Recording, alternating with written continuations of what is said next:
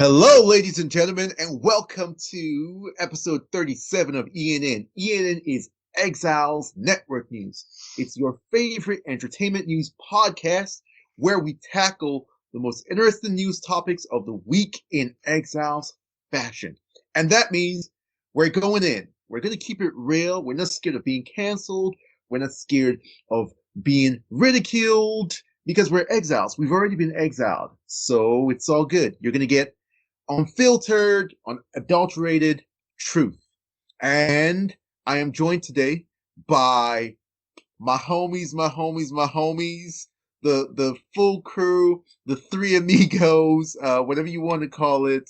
It's the Justice League, the Avengers, the Holy Trinity of podcasting. And I'd like to welcome Christian to the podcast. What up, playa? How are you? Hey. I'm chilling. I'm good. It's good to have you back. We're in for a good discussion, so I hope you're ready. Mm-hmm. All right. Yes, sir. And our superhero, Mr. Positive, his superpower is like a ray of positivity. Dun, dun, dun, dun. It's Paul. Can you feel it already? Can you feel the warmth wrapping you up, giving you that big hug, and feeding you those cookies you've been looking for? Whoa! I can take that the wrong way. Yeah, maybe that came out wrong. I'm looking forward to sharing my unfiltered truth tonight. We got some good topics, and looking forward to getting into it. Sure. Same here. And I'm yours truly, Lupe. As usual, you guys know who I am. But without further ado, let's get into the rundown of topics that we're going to discuss today. In exciting news, we're going to talk about Justice Con. It was a fan organized and executed con that featured Zack Snyder and other creators and executives from some DCEU films. We're going to break that down. We're going to tell you guys the most interesting, most important things that we got from that convention. And we're going to roll that into another convention, San Diego Comic-Con, which had a virtual event this time, called San Diego Comic-Con at Home. Christian is going to lead us in that discussion. Then we're going to talk about the Emmys. The Television Academy has released its list of nominees for the Emmys for this year. We're going to discuss that. Then also in really important news, AMC and Universal Studios and Focus Features have come to a historic pact that involves shortening the theatrical window. So the time from when a movie shows in theaters to when it comes on premium video on demand, digital streaming, etc. And we'll wrap that up and roll it into our weekly Tenet watch and talk about Tenet when it's going to be released, if it's ever going to be released. So without further ado, let's start the show. So Justice Con happened this past weekend. It was a 2-day event which started on Saturday, the 25th of July, and concluded on the 26th, Sunday. There were several panels. It was organized by DCEU fans, and specifically fans of Zack Snyder's DCEU, for fans of Zack Snyder's DCEU. And, it had some really, really potent, powerful guests on there. And we're going to break it down for you guys. We're going to talk about the things that we learned from it. We're going to talk about how it informs our outlook on the DCEU and DC films going forward. And we're also going to do a review, appraise how it all went down. So the first question I'm going to, pose to you guys is just give our audience a couple of things from different panels that really stood out to you. And we'll start with Paul. Yeah, so most of my focus was on the Snyder panel. I did try to catch a fair bit of this over the weekend. It was 2 full days. It's pretty busy on the weekend, but I did make a point of catching I caught a few minutes of the Ray Porter panel. I caught a few minutes Klainos. I caught a few minutes of Fabian Wagner, but I did catch the entirety of Snyder's panel and Ray Fisher's panel and Deborah Snyder's panel, and I caught most of Sean O'Connell's panel. So there's a fair bit to say on some of those. But for me, I mean, the focus was on Snyder, and I mean, I'm pretty sure we'll get into the Ray Fisher stuff in a minute. But I mean, boy, there was a lot to take away from that. I'll just jump right into it. I mean, he starts off by talking about the extensive restoration work and the VFX that were needed, much of it to restore the original Steppenwolf. So that was something we knew before. I mean, we discussed before in this podcast, but if there was any doubt, this is that's settled now. They're putting the effort to go back to the original Steppenwolf, and he did mention that all of the original previs used the original Steppenwolf, so they just have to go back, basically strip away the additional work that's been done and go back to the original previs. But what I thought was really interesting about his conversation on Steppenwolf is that he said that Steppenwolf just wants to be accepted and paraphrasing here, redeemed in the eyes of Darkseid. And I don't know if you guys recall, but there was a rumor going around, I believe right at the time that the theatrical cut of Justice League came out, that Steppenwolf was trying to overthrow Darkseid. Do you guys recall that one at all? Lupe, do you remember that? From my understanding, I think Ciaran Hinds talked a bit about the character, and from different interviews and different things that I've put together from being very close to the production, is that so the thing with Steppenwolf is the first invasion of Earth, I think, failed, and so he's kind of been outcast from the inner circle of the new gods. And so he's trying to redeem himself by being victorious this time around. And then Darkseid would embrace him again and bring him back into the fold. I'm not too sure if there's anything in particular about him trying to overthrow Darkseid. That may be something that he may want to do eventually, but from my knowledge about it, that hasn't been confirmed. And also just from knowing Darkseid and knowing like the new gods, I think that Darkseid is too powerful for any of his, I don't want to call them minions because they're not minions, but any of the other new gods to try to overthrow. He's just way too powerful. I don't think that'll be a wise thing. But it may be something that they try to portray to actually show how powerful he is. So yeah, well, Oh, go ahead. So I was just gonna say it's just a rumor that I recall that he was trying to unite the mother boxes and free Hegra to help him overthrow. No. So I do recall that rumor, and this kind of puts that to rest. If anyone had sort of bought into that, it seems like he's just trying to get back into Darkseid's good graces. So that's put to rest. The next thing I noticed was that, again, this is nothing new, but confirmed, probably for the first time. He said that the film was finished in 2017.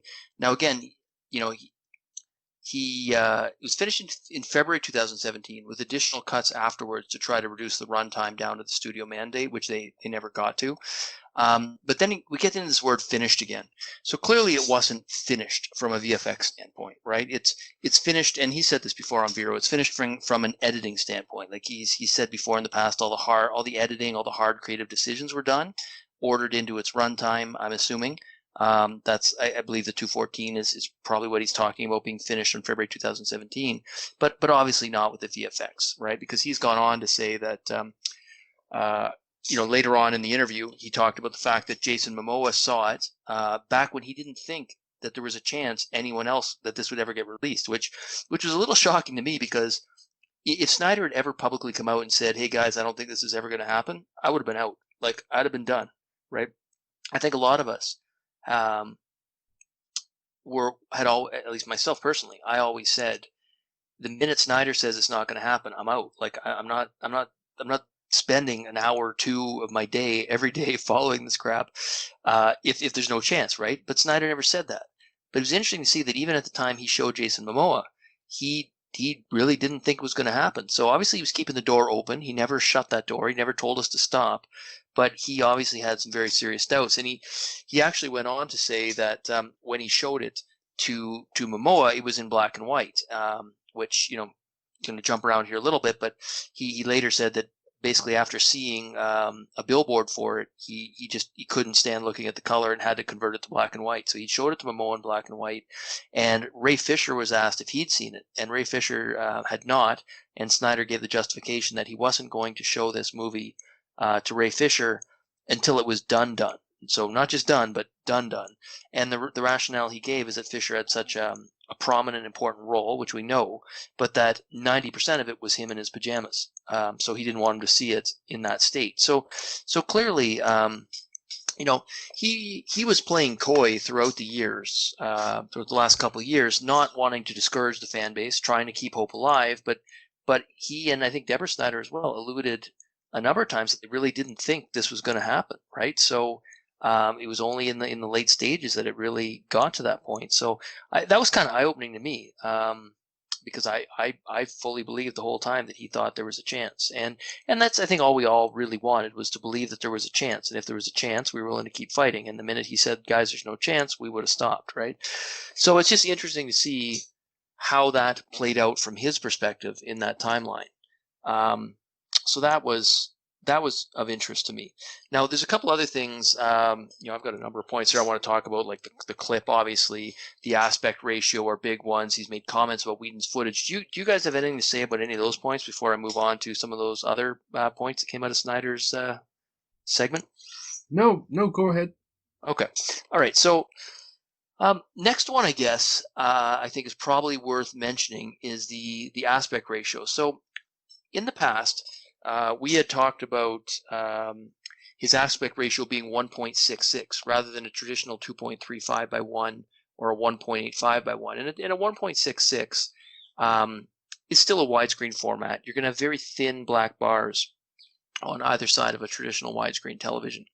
And this is going back to a comment from his Vero, one of his Vero posts, where I can see a Vero member, Jad Balani, had asked him, will Justice League have a 1.85 aspect ratio or the traditional 2.39 by 1? Snyder replied 1.66 by 1. So still widescreen, but not traditional widescreen. It struck us as a little bit of an odd choice. In this segment, he talked only about 1.43. He talked about having shot on film and the full aperture format, and how he had become enamored with looking at Science Center style tall IMAX, and that he had designed the frames compositionally to suit that format. And he said that a lot of the restoration work he'd referred to earlier was in order to restore basically the full frame look of these shots, because a lot of damage had been done during the cropping. He basically said it all got fucked up during the cropping, I believe were his exact words.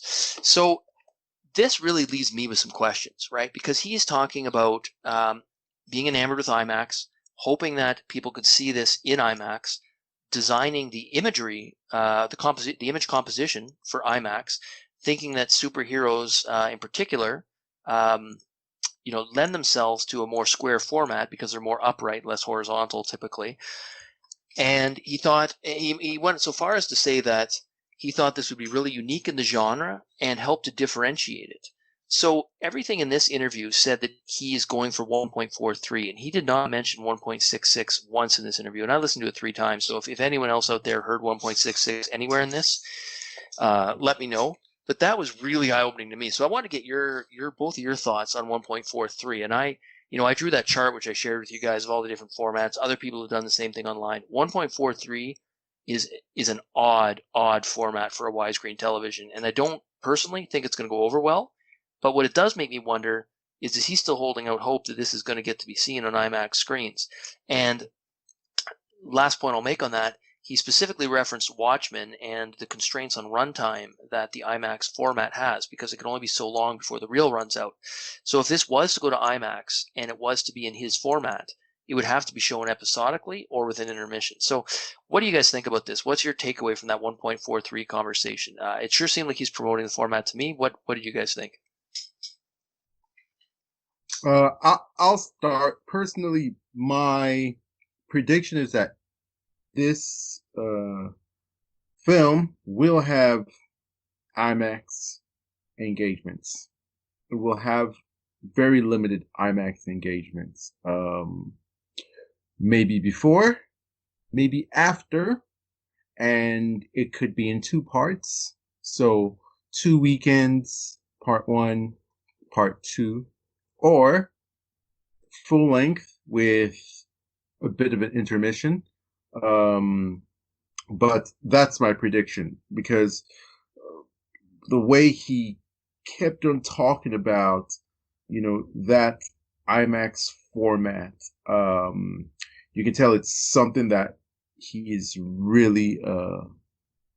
he's really passionate about. And if it was just going to be shown on TV screens, then that would not be something that would even be a consideration at all. So that's my prediction. You can expect that either before it airs on HBO Max or after. You will get to see it in select theaters. So it may not be showing where you are. It might be somewhere like New York, Chicago, LA, London, Milan, I don't know, Hong Kong, and Tokyo, something like that, for 2 weekends only, IMAX showings, just something for the fans. That's my prediction based on what I heard from him. Yeah, that was sort of my takeaway as well. Christian, did you get a chance to listen to that portion of the of it? And do you have anything to add to that?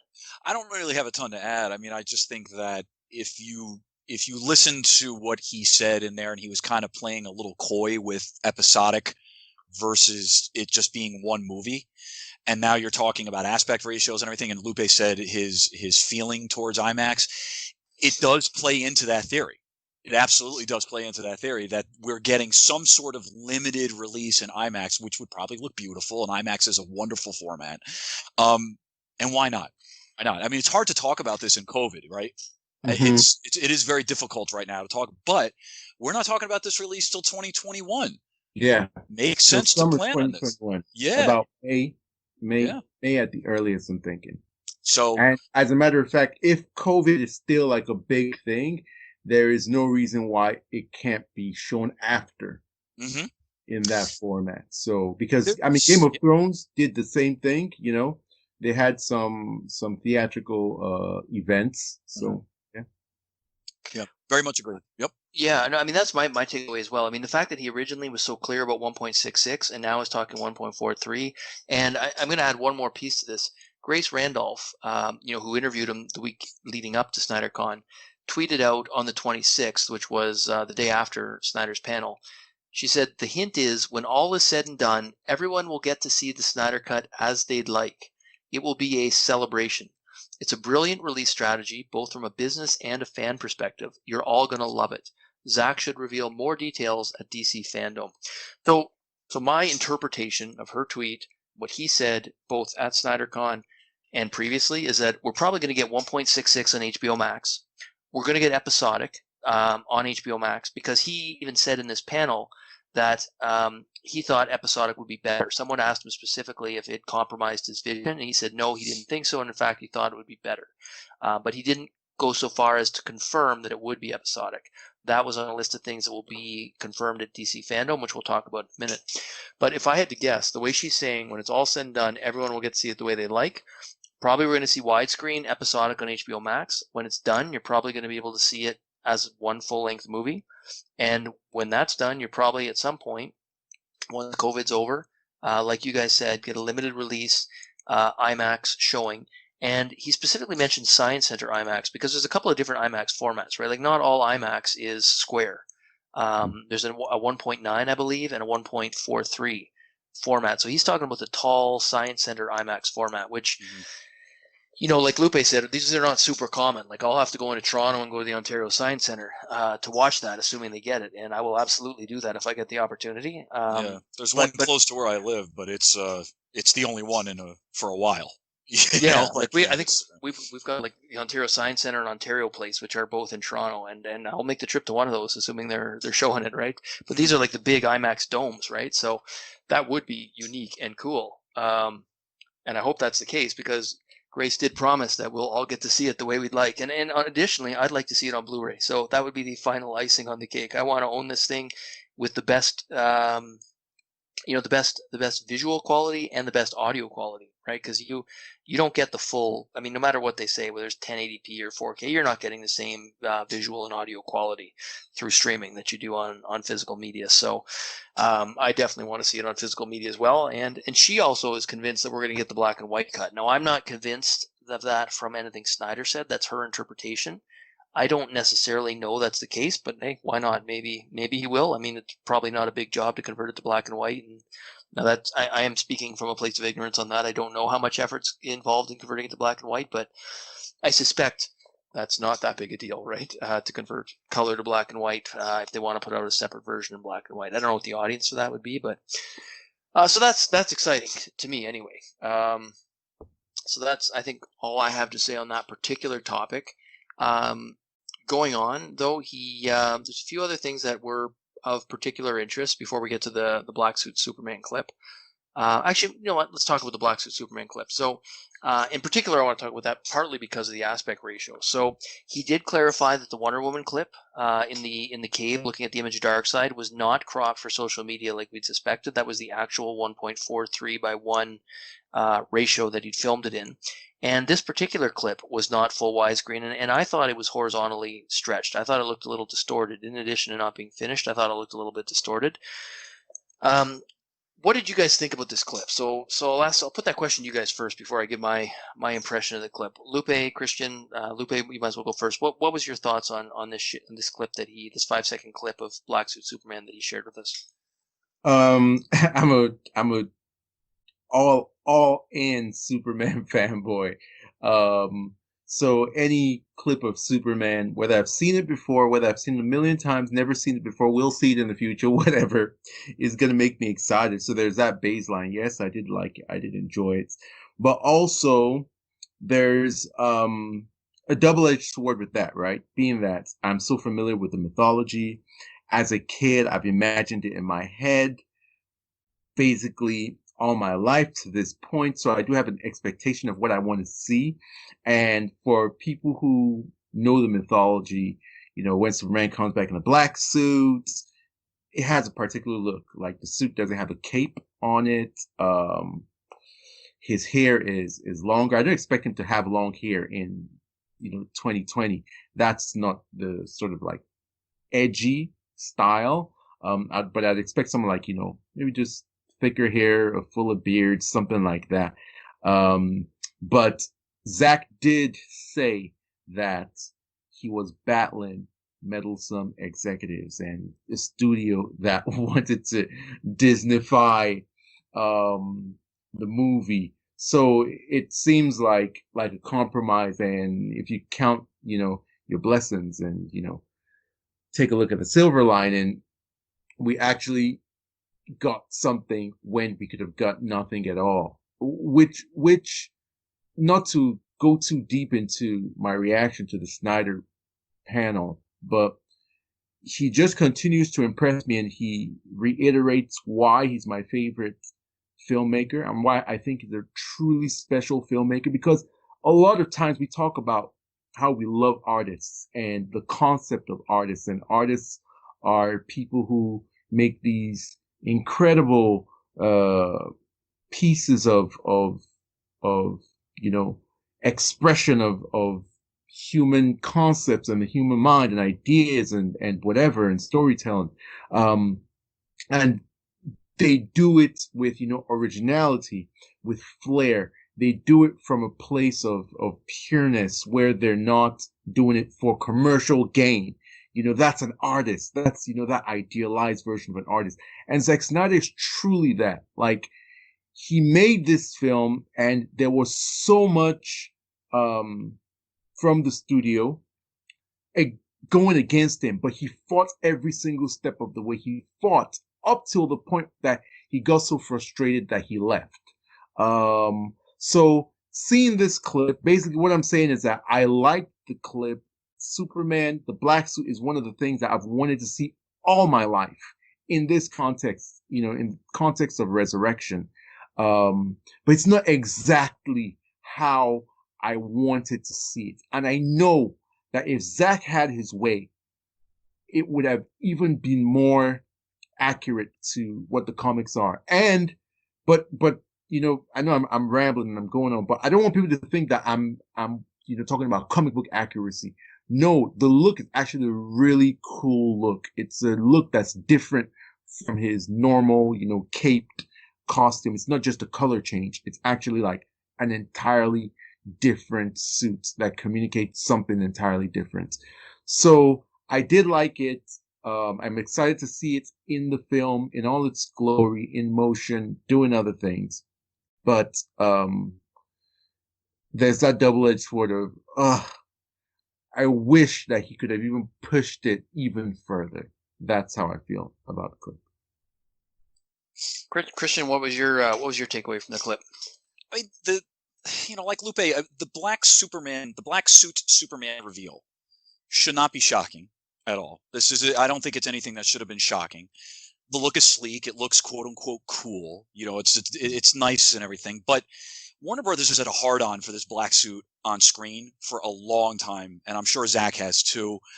I just want to make sure it's done right, and it's not just done. Give him a different look, to throw something in because they want to have it in there and they want to give it to the fans. It's fan service. The black suit and the regeneration matrix are a huge part of Kal-El's mythology. And I personally, as a comic fan, want to see it done right and not just in there for shits and giggles. Now, I know you guys as Snyder fans are going to tell me, trust him. He's amazing. He has a plan. Cool.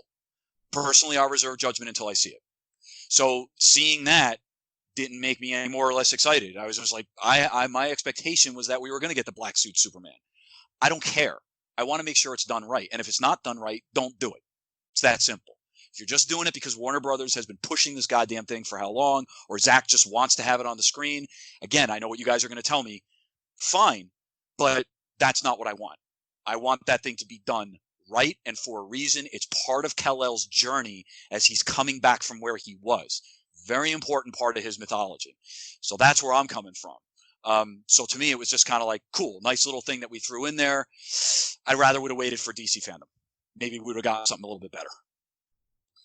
I mean, just to clear something up before we get back to Paul, Christian, I know you keep alluding to, Warner Brothers has had a hard on for it and, they wanted to, but actually the executives didn't want to put it in the film. Zach actually had to fight them to get it. No, not for this film, for the past. Yeah, for the past. They've been talking about, that's what I'm saying. Like, yeah, they didn't want it, but now all of a sudden, we're getting this story and everything like that. So now I just want to make sure, and maybe Zach wants to do it. And he wants to do it for the right reasons. That's fine, man. That's cool. There's just been these plans in place for the black suit Superman predating Zach. Mm-hmm. I just want it to be done right. Yeah. And I completely agree. But I just think it's noteworthy that they've wanted to, but then because of all the blogger talk and the hate and then you get to the point where it's appropriate. Like, this is the story where it's appropriate. It's not appropriate to just bring it just for a different look. Right. This is a story. Like, one thing, like, if you go back in my tweets, like, I posted it several times that there is no Superman fan on this earth that will ever make a Superman story of Superman resurrection, like the death and resurrection of Superman, and not have the black suit in there. Mm-hmm.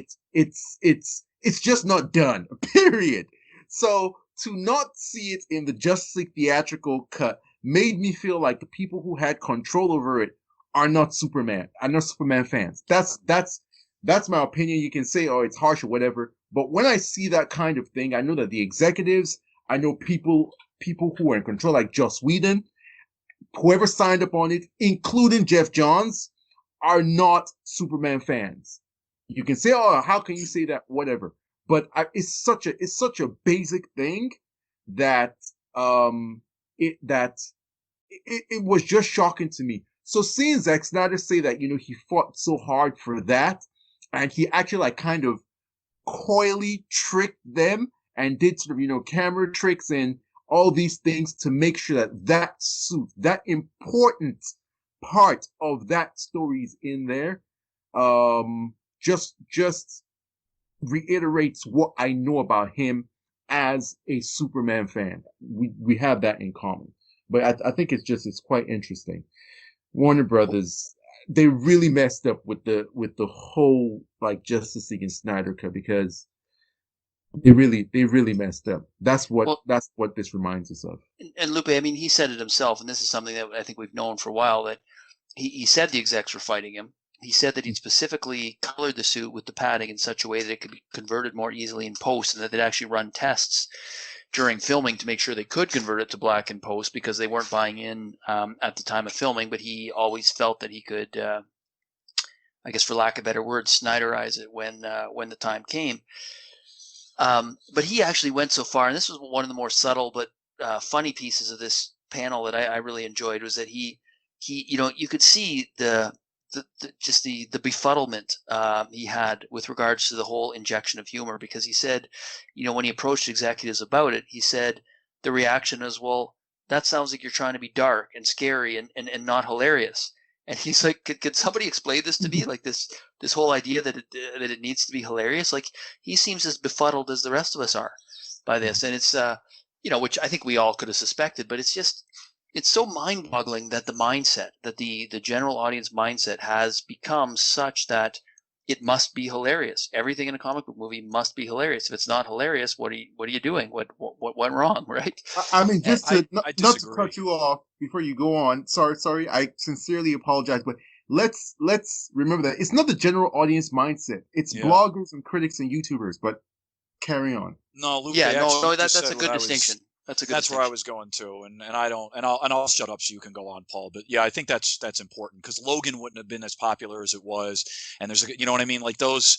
I don't think you can just make that general audience distinction. I think it's the people that are trying to be influencers. Mm-hmm. Those are the Mm-hmm. ones I Mm-hmm. think, Yeah, no, I Mm-hmm. totally agree, guys. That's a And better choice of words. yeah, and because of the platforms that they have, they're able to conflate and twist the narrative to make it seem like we're saying what the general audience was just because they're loud and they have these big platforms. But what we Well, found and they out support over Marvel, years, and Marvel's stats back that up. exactly, That's where the credibility comes from. exactly, they use those stats to try to back it up. But we found out over the years that that's not true.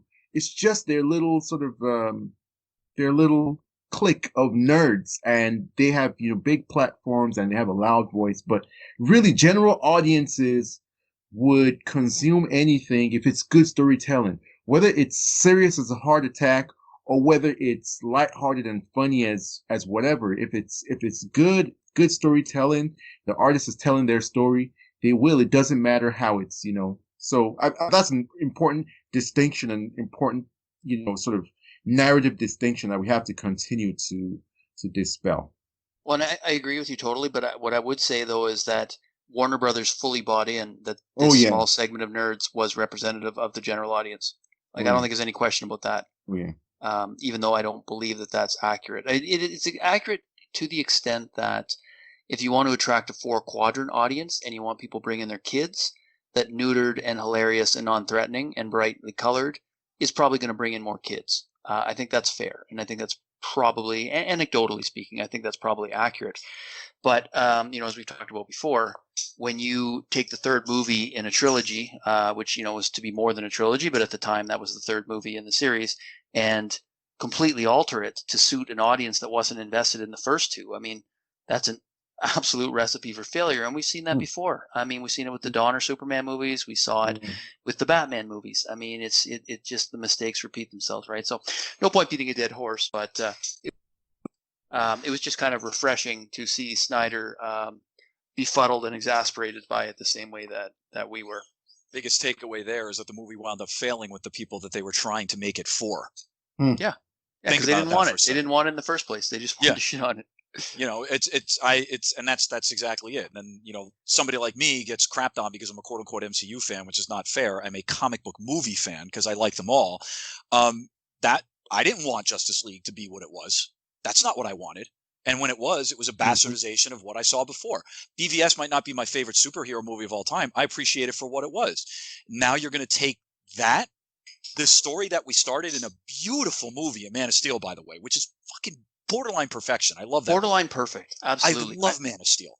And you get that story with BVS, which had a great Batman. There were so many other things moving in that movie that were so good, and you blow it up. So that's where, you lost somebody like me as well, who I should be the first one in line to love everything you make, right? Because if you give me comic book movie on a platter, I'm giving you my $15 to go to the movie theater to watch it. So I should be the one that turns around and says, fuck yeah, I'll watch that. Nope, didn't like it. So what did you do wrong? You blew up what you built up before. That was a problem. That's a problem. And you no connectivity to what came before. I wasn't even aware of the behind the scenes shit that you guys were aware of a year or two ago. I wasn't even aware of that stuff. I was just aware that it. Right, an intentional destruction of a legacy and everything, which we can get into later. The point is it ripped up something that I was invested in. Now I walked away and said it was a bad movie. Fuck it, right? It's over. It was just a bad movie and it's done. A section of the population and the fandom did something completely different, and what you guys did will go down in history. I didn't do that. Nothing. There's nothing right or wrong about whether you participated in that fandom or you did not. There's nothing right or wrong about that. The point of the matter is a lot of other people obviously felt the same way. And it was what they were trying to do failed not only on your level, not only on the level where you guys were coming from as fans of Snyder's work or fans of that particular kind of storytelling. It failed on my level as a comic fan. And then it probably failed on the MCU stan level. Because most of my... I'm sorry, Lupe. I didn't mean to cut you off. No, you're good. Like I'm enjoying your analysis. It's on point. The people that I know in my MCU fandom, many of whom, by the way, are stans. They are actual stans. They didn't like Justice League either. They turn around and say it's one of the worst comic book movies ever made. So you failed miserably from beginning to end with what you were trying to do. And in the process, you screwed over a good man who lost his daughter.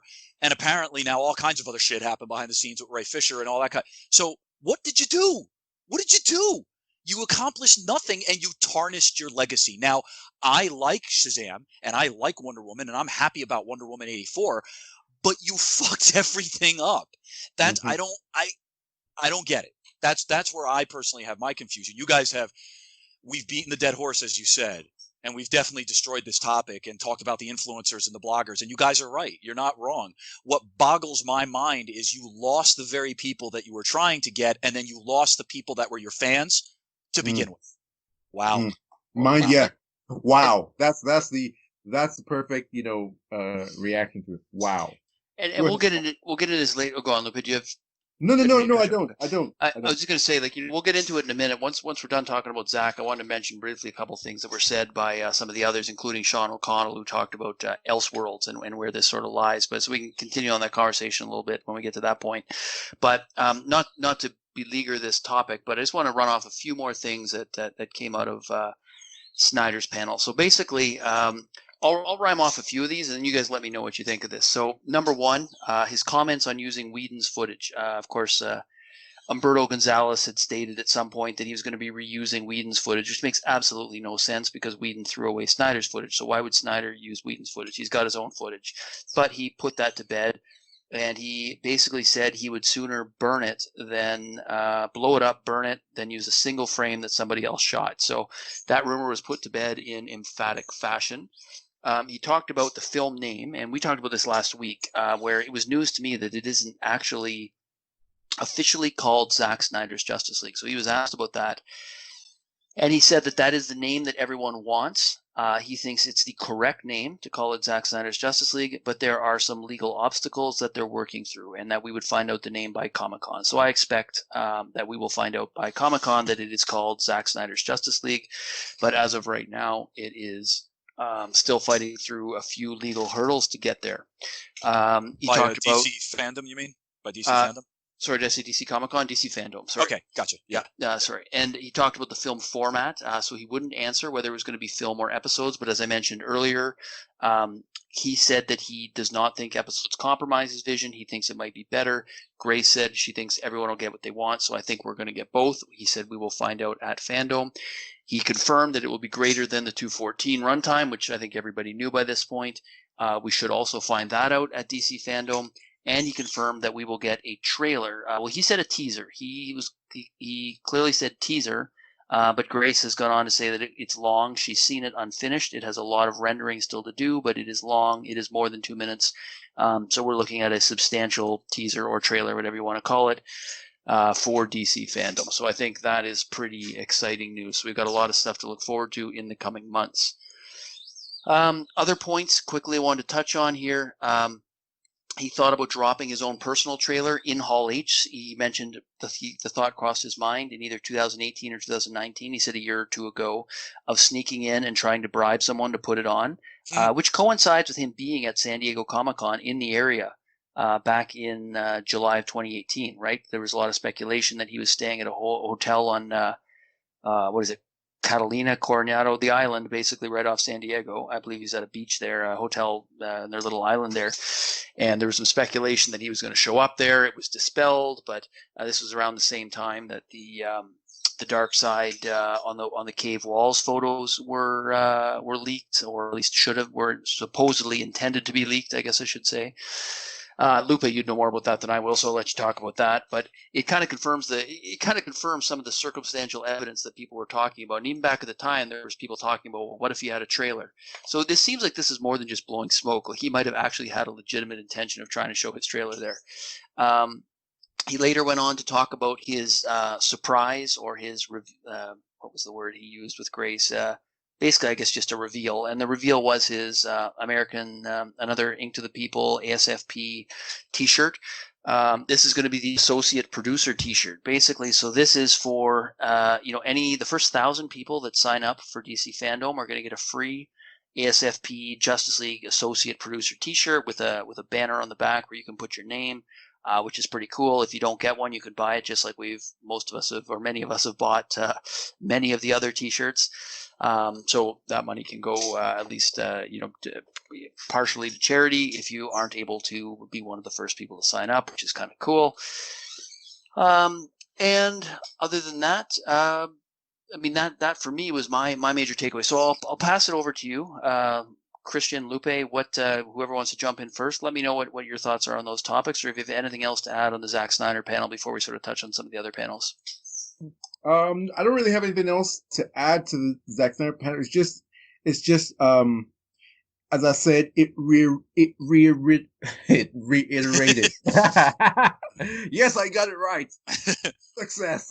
It reiterated everything I know about him in terms of how much of a pure artist he is, almost to a point of almost naivete, if you can use that word. And I mean that in the most respectful way. I don't mean that in a disrespectful way at all. I mean it with all the reverence in the world. As I said, we talk about, we love artists and, this is an art and blah, blah, blah, blah. Zack Snyder is that. Like, one thing that you didn't mention that he said, he's making the Snyder Cut for free. That's something that I think a lot of people didn't pay attention to, that he said. Yeah, he slipped that in there, and that was really important. Yeah. Slipped it in there. So basically, he's not getting paid for it. However, he negotiated, it might have been part of what he negotiated, to get the costs down. But to Zack Snyder, it's not about money. It's not about fans. It's not about, it's about fans, but not in the same way in terms of maybe like general audiences or getting the most people to watch it, or like this guy is purely about the art, and art in terms of his own artistic vision and expressing that and having that communication with his patrons, with people who appreciate his artistic voice. And we need more of that wherever we can find it. That's what we should get. I'm open to all kinds of entertainment, whether it's vapid and easygoing or whether it's like really deep and auteur, but there definitely has to be a space for auteurs, and we have to revere them and we have to support them, whether we agree with them or not. We have to respect what they do. And that's part of what the campaign for the Snyder Cut and this Zack Snyder fandom has been about. It's about an artistic voice that a segment of the industry, and when the industry I'm talking about is, the commenters of entertainment media and journalists and bloggers, a voice that they didn't agree with, so they tried to squash with every single tool that they had at their disposal. And a bunch of people saw that and said, we're not going to allow this to happen. We're not going to allow this injustice to go on. Because I think a lot of us see ourselves in him in terms of maybe we have quirks or things that are different about us, and it's just about, this vision that you can be whoever you want to be and express yourself whatever way you want to be. You don't have to be the popular kid on the block. You don't have to be the Marvel. You don't have to be Kevin Feige, but you should be allowed to be who you are and celebrated by those who appreciate the things that you bring to the table. So that's really like what I took away from the panel. I was so happy to see him express himself, to be free, to be full of joy and passion and enthusiasm, and I'm really looking forward to what he has in store in the future for us. And yeah, that's pretty much what I took from the panel. I mean, to piggyback on what you just said, and then I'll mention one other thing. You're talking about auteurs, and when it comes to movies, part of the issue for me is that everything needs to be a comic book movie right now. Joker should have been something else, but doesn't move forward unless it's Joker, right? So we need to support these creators, these directors, these pencilers, these artists, these sketchers, whoever it is, because yes, most of these people want to get paid, of course. But they do what they do for the love of what they do, and they have a story that they want to tell. They have something in their heart, they have something in their mind, they have something in their soul. I'm into music, I write songs. When I do something like that, it's not because I think I'm going to write the next Beatles hit. It's because I have a story that I want to tell. I play guitar because, yes, part of it is the fun, and you get off on people having fun around you, and watching you play and all that kind of stuff, and they're having a good time. Yeah, that's a big part of it. So Zach watching somebody enjoy his material, big part of it, of course. But they also have a story to tell, and I think it's very important. You see Justice, I wasn't into Justice Con, I'll admit that, of course, but I wanted to see what happened afterwards, and I thought it was so important that it was a fan-run event, and that a guy like Zach participated in said fan-run event, that he's got the pulse of them, and that them enjoying what he's creating is so important to him. And there are a lot of guys and women out there, guys. There's a lot of people out there, not just in movies, also in books and music and in comics. And we really should be supporting all of those people. You don't have to like everything they do. I don't like everything Zach does. Support him though. Support him. That type of art making, if you will, is what you want to support. The last thing I just want to mention, you guys were talking about the Zach panel, is that Elseworlds moniker. I think that's a double-edged sword, and I just want to be careful with that. I know what he was trying to say. I do get it. And I know what DC's trying to do.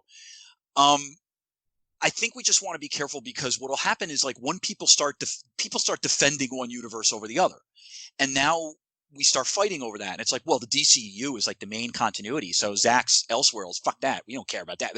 And then the people who like Zach's universe will start fighting and say, well, that's the true universe, and the DCU is a piece of crap. And it's wonderful from the aspect that in the comics we get Infinite Earths, we get Elseworlds, and artists and creators can tell truly interesting and grossing tales that don't necessarily, quote unquote, screw up the main canon, right? And I think we can get that. Like, HBO can have its own universe, and oh man, there's all kinds of cool stuff that we can do here. And I think Zach sees that. He sees, like, we can have our own universe right here. We can do whatever we want with prestige television under HBO. That's cool. I just want the fans to be careful. Like, I don't think you and Paul, I'm not saying you guys, but the fans out there, guys, be careful. That doesn't mean we defend one universe over the other. We accept all of this because it's all going to be under the DC moniker. It's all going to be under the DC label. And as comic fans, as fans of Superman and Batman and all these characters, Green Lantern Corps, you're going to be getting some good shit. You're going to get your happy stuff. You're going to get your CW stuff, and you're going to get your deeper Zach stuff. So come on. I think there's more than enough for us to eat here. I just want to be careful with that Elseworlds, because I have already seen, I'm sure you guys have seen it as well, I've seen people use that word as an attack already on Twitter and Reddit. They're already using that as a way to pervert what was said in that panel. And I think they got to be careful there. Yeah, I agree. I think, obviously the reason that he said that, I mean, and it's always been that way, right? At least we've known that, this is just, it's an Elseworld. It's basically another universe. It's right. This is not the exact same character that's in another character that's in another iteration that's in, and we've been fine with that. It's just a different take. That's all. Hopefully, hopefully people don't corrupt it as you fear, and people just hear. Hopefully, the people who are more simple-minded, no offense or offense if you want to take that, will hear this, and finally they'll be able to understand that, okay, this is just Zack Snyder's take on the character. Yeah. And Yeah. if you don't like it, you don't have to be a huge fan of it and champion. Nobody's saying that, but you can let it be. There's a lot of stuff that I don't like that I completely ignore. And that's all I think anyone's asking for. Just respect it. You don't have to actively be trying to destroy it. If you don't like it, you can ignore it, and then you can focus on the stuff that you actually love. Yeah. Absolutely. Well, and one point I would add to that is I don't think I actually heard Zach use the words Elseworlds. That was something that he shared. He shared that with Sean O'Connell. So Sean O'Connell, in the lead to this, had teased a word that Zack Snyder had used that got him excited about the future of DC. And the reveal at Sean O'Connell's panel was that Zach had called it Elseworlds. And he specifically referenced that, with the new, with basically this new direction they're taking, the multiverse, which I actually like better as a term because it's less inflammatory. It doesn't call one Elseworld. It doesn't imply that one is Elseworld and the other is canon. The multiverse sort of puts everything on a level playing field and makes it a little easier to choose what you like from that level playing field. But I thought it was really interesting that he said, and this is again not from his mouth, but quoted from Sean O'Connell, something to the effect that, it's Elseworlds. This universe the Snyderverse can basically continue down its path, and then the Shazams and the Birds of Prey can continue down their path, separate from that, which I think we all know, but there's still a raging debate between the fandom that Shazam and Birds of Prey are part of the DCEU and the Snyderverse, and I think it's very clear that they are part of the new DCEU. That's the new direction they're going. But to try and imply that they are part of the Snyderverse, I think Snyder once and for all put that to bed, and that's still getting a lot of pushback and resistance, and it creates division and so forth. It's not to say there's anything wrong with those films. It's just it's clear those have nothing to do with his vision as it was originally intended for this universe, and that's okay. The Snyder fans can go down their path. Those movies can go down their path. And you don't have to call one canon or one Elseworlds. They're just different branches. And for me personally, the Snyderverse is going to be my canon. I don't care about the other stuff. And that's okay. It's that my canon doesn't have to be your canon. You can like what you like. I can like what I like. And that's I guess, the beauty of the multiverse, right? Well, that's why Infinite Earths is so important. But that's why I don't like the Elseworlds moniker, because it paints Zach's universe into, whether I like it or not, it's not the point. It paints his universe into something like you just said. You wind up getting that argument where it's like, well, his is the alternate verse, and what we're doing now is the actual universe, and then it becomes weaponized. And that's what I don't want. I just don't want to see that. I understand that, but to me, if somebody says that, I don't take offense to it, because many of my favorite Superman stories are actually Elseworld tales. Oh, sure. Yeah. Kingdom Come is my favorite Superman story ever. It's an Elseworld tale. Even stuff like For All Seasons is an Elseworld tale as well. Like, most of the Superman stories that I really love are not like main continuity stories. So if somebody says, oh no, that stuff is not the main stuff, it's like in its own pocket universe, it's an Elseworld that's not part of like the real DC, I'm like, okay, I really don't care. But if you're getting a good story and a good movie, you care, right? And I totally agree, Lupe. Let me stand 10 toes down and make more inflammatory comments. Since we're doing all kumbaya stuff, it's time to bring it back to the actual exiled commentary. Now, Zack Snyder said that the DCEU stuff that's going to be, the part of the Shazam, Birds of Prey, Wonder Woman 84, that line, he said that's more in line with Justice League, like Joss Whedon's Justice League, right, than his Justice League. And I feel like that's a damning comment on that, because one thing he said is that direction is more in line with what the people who butchered Justice League were doing. And what they were doing, they weren't butchering it because they love these films and because we just want to make them better or whatever, or we have this vision. we all know that it was in response to haters.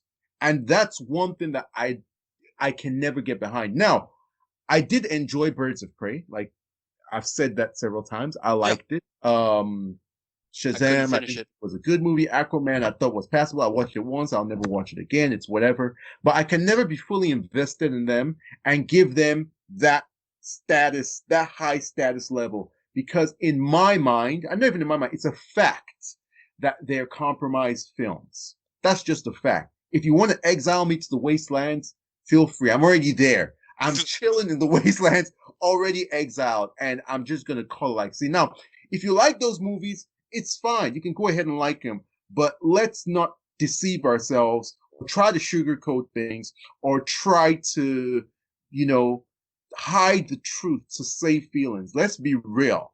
Those films came under the auspices of hope, optimism, more color, jokes. Let's splinter the DCEU. Let's not do a universe that's in continuity.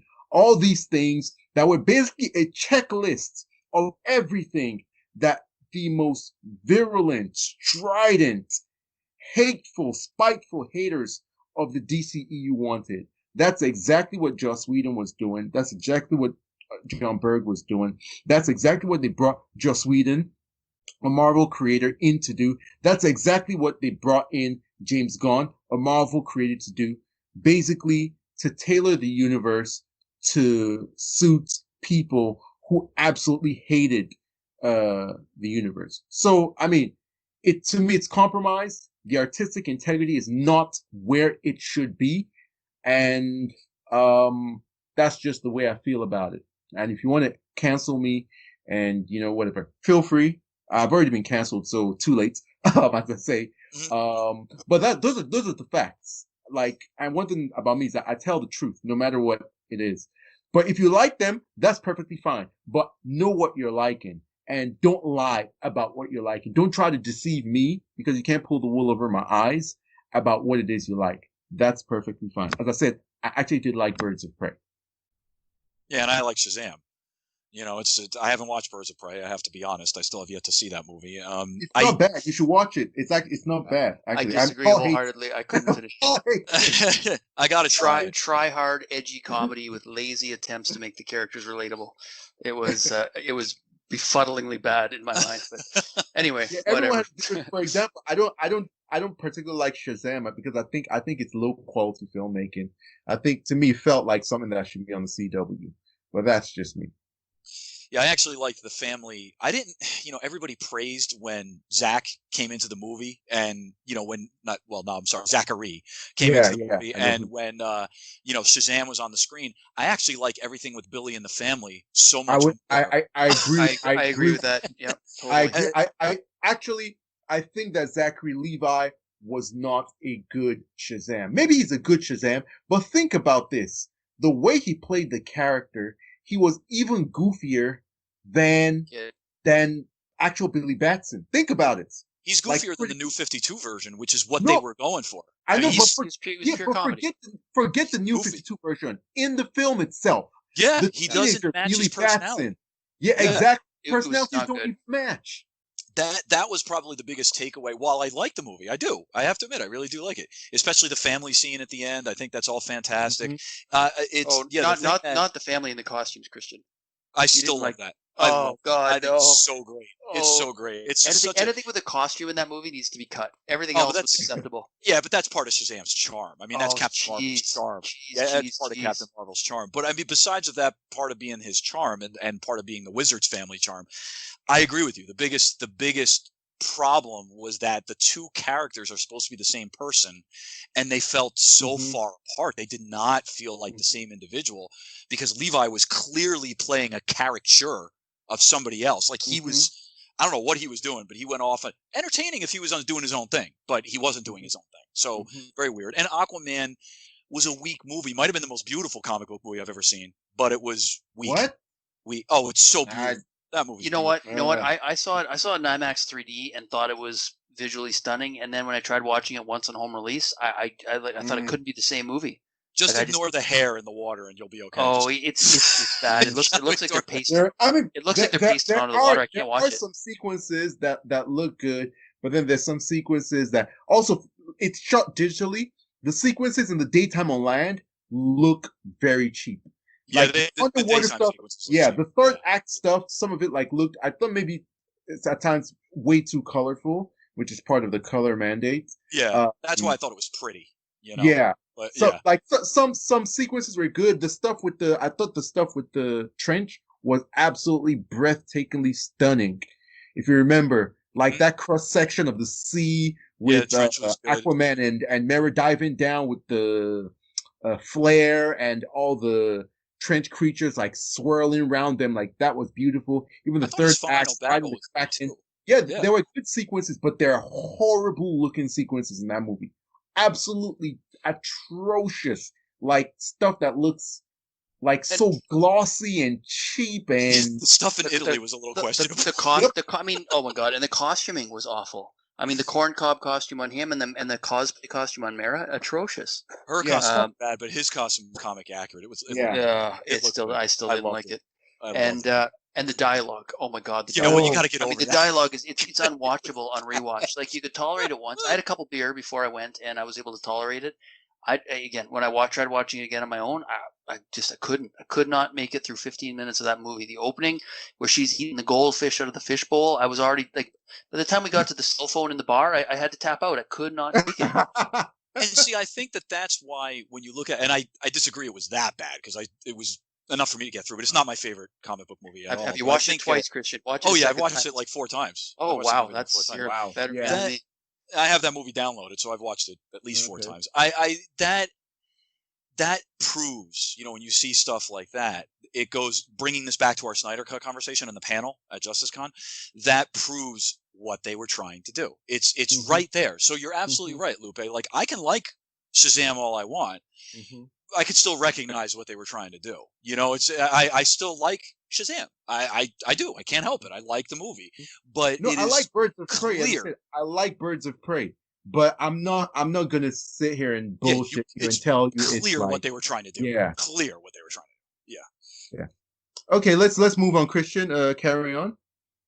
Oh, what did Oh, you? sorry, Any Paul. more? No, no, I, yeah, I Paul. can I can segue us into the next topic here. So basically, last point I wanted to make, and I forgot to mention this earlier, but it segues well into our next topic. Snyder confirmed that he left on his own, but was not involved in the decision to bring on Whedon, and that decision was made by a committee. So that puts that to rest once and for all with the Snyder handpicked Whedon bullshit. So if you had any doubt It left, never made sense. No, And no, never. even if you don't know Zack Snyder, like some of his fans, some of us do, it's still to me it was always just weird. Like just Whedon? Like what? the anti Snyder basically. Mm-hmm. Exactly. Like it made no sense. It's like Jesus bringing in, and I don't mean to say that just Whedon is the devil, but it's basically like a polar opposite bringing their opposite to do something. It always confused me. Yeah, I mean, Always. I was always so bothered by it, and yeah. we've talked about it before, and I know you guys disagree with me, which is fine. We can disagree. They're both fine filmmakers. I think Whedon is fine. Snyder is good. They are fucking diametrically opposed. Would you let Snyder finish Avengers? You could say it would make it better. Actually, I would. That would make it better. It would Yeah, make it better. it would fuck that movie up. I wouldn't. It would fuck up. I'm partially kidding, but I mean, Snyder's my style. So. No, but if Snyder made Avengers from the beginning, that's a different story. Now you have his vision from beginning to end of that movie. That's fine. I might not like it, but that's fine because it's his vision of the movie. You know what I'm saying? They told you Snyder was coming in to punch up the action and the visuals. But do you want to know? Do you want to know the? Yeah, sorry. Do you want to know the an interesting thing about that question that you pose? Zack Snyder would never do that. Right. No, he would not. Yeah. He would not, and the reason why he would never do that is the reason why I love him as a filmmaker, and one of the reasons why I detest Joss Whedon as a creator is because Zack Snyder wouldn't do that. Now let's not even talk of the fact that it's cruel and just disrespectful to do that, for someone to be pushed out of their position and usurped, and then you come in to sort of take over and take the glory and change it and whatever. He wouldn't do that. But just on an artistic level, basically, remember what he said about, blowing up the whatever. Zack Snyder would never put out anything that's not his vision. It's just, as an artist, he just wouldn't do that. Goes against his constitution. That goes against his DNA, everything he's made up of as an artist, as someone who has said, like, one of my favorite sayings that he said is that as an artist, the only thing you have is your vision, is your perspective. It's the only thing that you're bringing to the table, and you have to hold on to it. So it's interesting that you pose that question. He wouldn't do it, but Joss Whedon would. It's also, by the way, I saw a bit of negativity online with Zach's comments. Like Zach or not, I didn't really understand the negativity. What did you expect him to say? Did you expect him to say? People took it out of context. Yeah, I think it was blown out of proportion. I didn't like the reaction. Look, if you hate him, you hate him, and you're going to pile on, and there's nothing I can do to help you because you hate him, But you got to hate the guy for the right reason. You know what I mean? Like, you're just piling on because you want to pile on. I didn't understand that negativity towards what he said. And look, you guys have told me how many times he's a nice man. And with the interactions that I've seen with him and his fans, he's a nice man. But you're going to tell me he's not a little bit bitter? Get the fuck out of here. I'm not going to believe that for a second. But I don't even think he was necessarily talking about Whedon, but he might have been, because Whedon did a lot of personal stuff. But basically, he never even mentioned Whedon. He said, I will never put out a Snyder cut with footage that's not shot by me. As an auteur, with everything you know about Zack Snyder and him being someone who's all about his vision and not wanting to compromise, do you even think he will ever do that? Does that even make, like, the people who are hating on him, it's because they don't know him. I know Zack Snyder. Zack Snyder would never put out a movie where he didn't shoot the footage. As he said, he will blow it up. He won't let it happen. Like, he just would absolutely not. Like, he hasn't even watched the Snyder Cut movie, and the reason why he hasn't seen it is because it goes against everything that he's made of. Like, so people are taking it like it's a personal thing about Joss Whedon, and it might, and even if it is, it's deservedly so. There's a clip going around on the internet. I don't know if you guys have seen it, and it's of a little, like, panel sort of people, like, of some of these bloggers, and Joss Whedon is there, and they're making fun of Zack Snyder, and Joss Whedon is laughing, and he's in on the joke. Mm-hmm. Have you seen that, Christian? No, I haven't seen that one. I'll send it to you. Like, this is not, like, we've heard things in the background. About Joss Whedon making fun of Zack Snyder and insulting Zack Snyder and his work.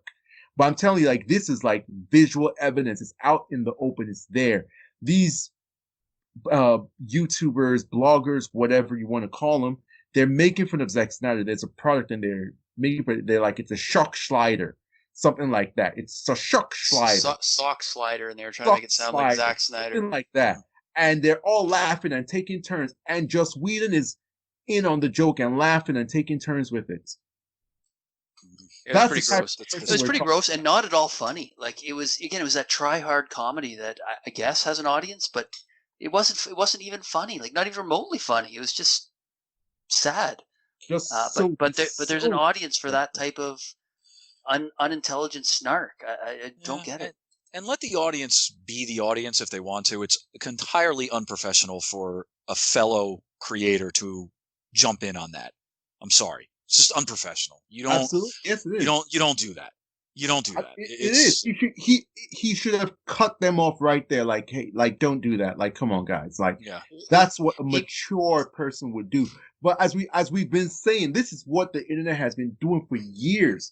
They've been cyberbullying Zack Snyder, ridiculing him, attacking him for no reason. For no reason, apart from he has his own perspective, his own style on films. For no reason. Zack Snyder has never attacked anyone. He has never abused anyone. Everyone you hear that's worked on his set say it's their favorite set. There was an interview where Amy Adams was almost in tears crying about how wonderful he is and how she wishes people could see how beautiful of a person he is. You heard Jeffrey D. Morgan talk about working with him. You hear Gerard Butler rave about working with him. You never hear a single bad word about Zack Snyder. But yet he gets so much hate from these bloggers. Not even snarky, indifference. juvenile. Not even ignoring him. Not even, just being trivial and just tossing him to the corner and let's not talk about him. Active hate. And this was a charity event, was it not? Like, this was some kind of fundraiser. Yeah. And someone brought a product called a sock slider on and saw fit to turn that into a Zack Snyder joke. It's baffling. And Hector Navarro, of course, DC Daily, former DC Daily, thank God, was right involved. Like, just the usual gang of snarky, juvenile bloggers. And there's, clearly there was a belief that there was an audience for that. I'm so glad DC Daily failed. What a triumph that is to see that go down the drain. Absolutely. Everything is, the universe, that's evidence of God. The hand of God working. Yeah, justice. Yes. Sweet justice. Yeah. So my whole point in bringing that up was to segue into Ray Fisher and his panel, because I think the major takeaway from Ray Fisher's panel was his doubling down on his comments regarding Joss Whedon. And first, let me say, I really enjoy listening to Ray Fisher talk. I know he does Twitch streams, and I know he's been interviewed before, but boy, is he easy to listen to. He's so well spoken, so well thought out, so quick. Seems like a really natural, genuine guy, and really just so enjoyable to listen to. And they asked him. There was a question, I think, asking him to compare his experience between Snyder and working with Snyder and working with Whedon. And he went on to say, he says, I don't want to compare them in any way, shape, or form. But I will say, what I will say toward the Joss Whedon situation is, obviously I put out some pretty strong words and some pretty strong comments about Joss Whedon. And every single one of those words, every single one of those comments is true. And then he later went on to double down and basically say, if anything I said, I'm looking for the exact quote, but he basically said, he said, we're going to get to the heart of everything. And if anything I said about the man is untrue, I invite him wholeheartedly to sue me for libel, sue me for slander. And, he went on, and I'm not going to keep reading the quotes, but basically he went on to say that, he's been putting his case together for a couple of years now. So this is not something that's just popped into his head recently. He's been meticulously putting together a case before going public with this, getting the backing he needs to bring this case forward. And I assume he feels he's pretty much at that point where he can come out about this, which probably explains some of the timing. He goes on to address John Berg and how tone deaf his comments were and dismissive they were. So he really doubled down in this and spent quite a bit of time talking about it. And so, not to eat up all the talk time, I'll pass it on to you guys now. Lupe, what were your thoughts on his panel? What were your takeaways from that? You took the words right out of my mouth in terms of his eloquence and he seems like such a driven, such a well put together person, so intelligent. He's got a really good head on his shoulders. He's really self-aware in all the right ways. He really has his priorities right. Like he's a really special person. His family should be proud of the person that they've put out into the world. The main thing I took away from it is this guy means business. Like this whole Joss Whedon thing that he talked about, it's not like trivial. It's not, he really, really means business. Also, for him, it's very personal. Like I can tell that aside from, and I'm not questioning his motives, aside from just the abuse of power, social injustices, holding a terror in a position of power accountable for their actions over the years and bringing a stop to his tyranny and villainy, it's personal for him. And this is what I told a lot of people. The reason why, if you followed my account, I've been very, very direct and very harsh on Joss Whedon and Jeff Johns in particular. I never do that to other creators. You will never ever see me castigate, denigrate, attack any creators just because of what they've made. Like that's something I really do not take kindly to, and I really don't respect it when people do that. Just because someone made something that you don't like, you're gonna attack them. You can hate the thing, whatever it is, and you can focus on that. And a lot of times I even advise people, express your displeasure at it and move on. But I've been on Jeff Johns and I've been on Joss Whedon because I'm telling you guys, I talk to a lot of people in Zack Snyder's inner circle, and these are some of the nicest people ever. As we know, these are people who have taken hate from basically the entire industry, been made fun of, ridiculed for no reason. They never, ever say a bad word back to anyone. They're always magnanimous and kind and gracious. They take everything in stride, that sort of thing. But when it comes to Jeff Johns and Joss Whedon, I noticed that they were incensed. Every time I had a conversation with them, whether it was in public on the timeline and a lot of times in DMs, they were furious. The first inkling that I had that there was something wrong with Jeff Johns, I'm not going to mention any names, but I was talking to one of Zach's closest and longest friends, and I, in passing, mentioned something about Jeff Johns. It was something to the effect of Jeff Johns sort of would not let that happen or something like that. And the person said, "Fuck Jeff Johns." My mouth almost hit the floor because I've never heard that person use that language ever. Never heard them talk about anyone in that way. And this is someone who I talked about, the reception of Batman v Superman and how angry I am at critics and stuff. And the person would always be like, "Oh, it's whatever. They have their own opinion." Always so kind. But when it came to Jeff Johns, this person took it so personally. That was the first inkling I had that, okay, you know what? Something is different in this case. And then obviously, we got more information. I talked to more people, gathered more information.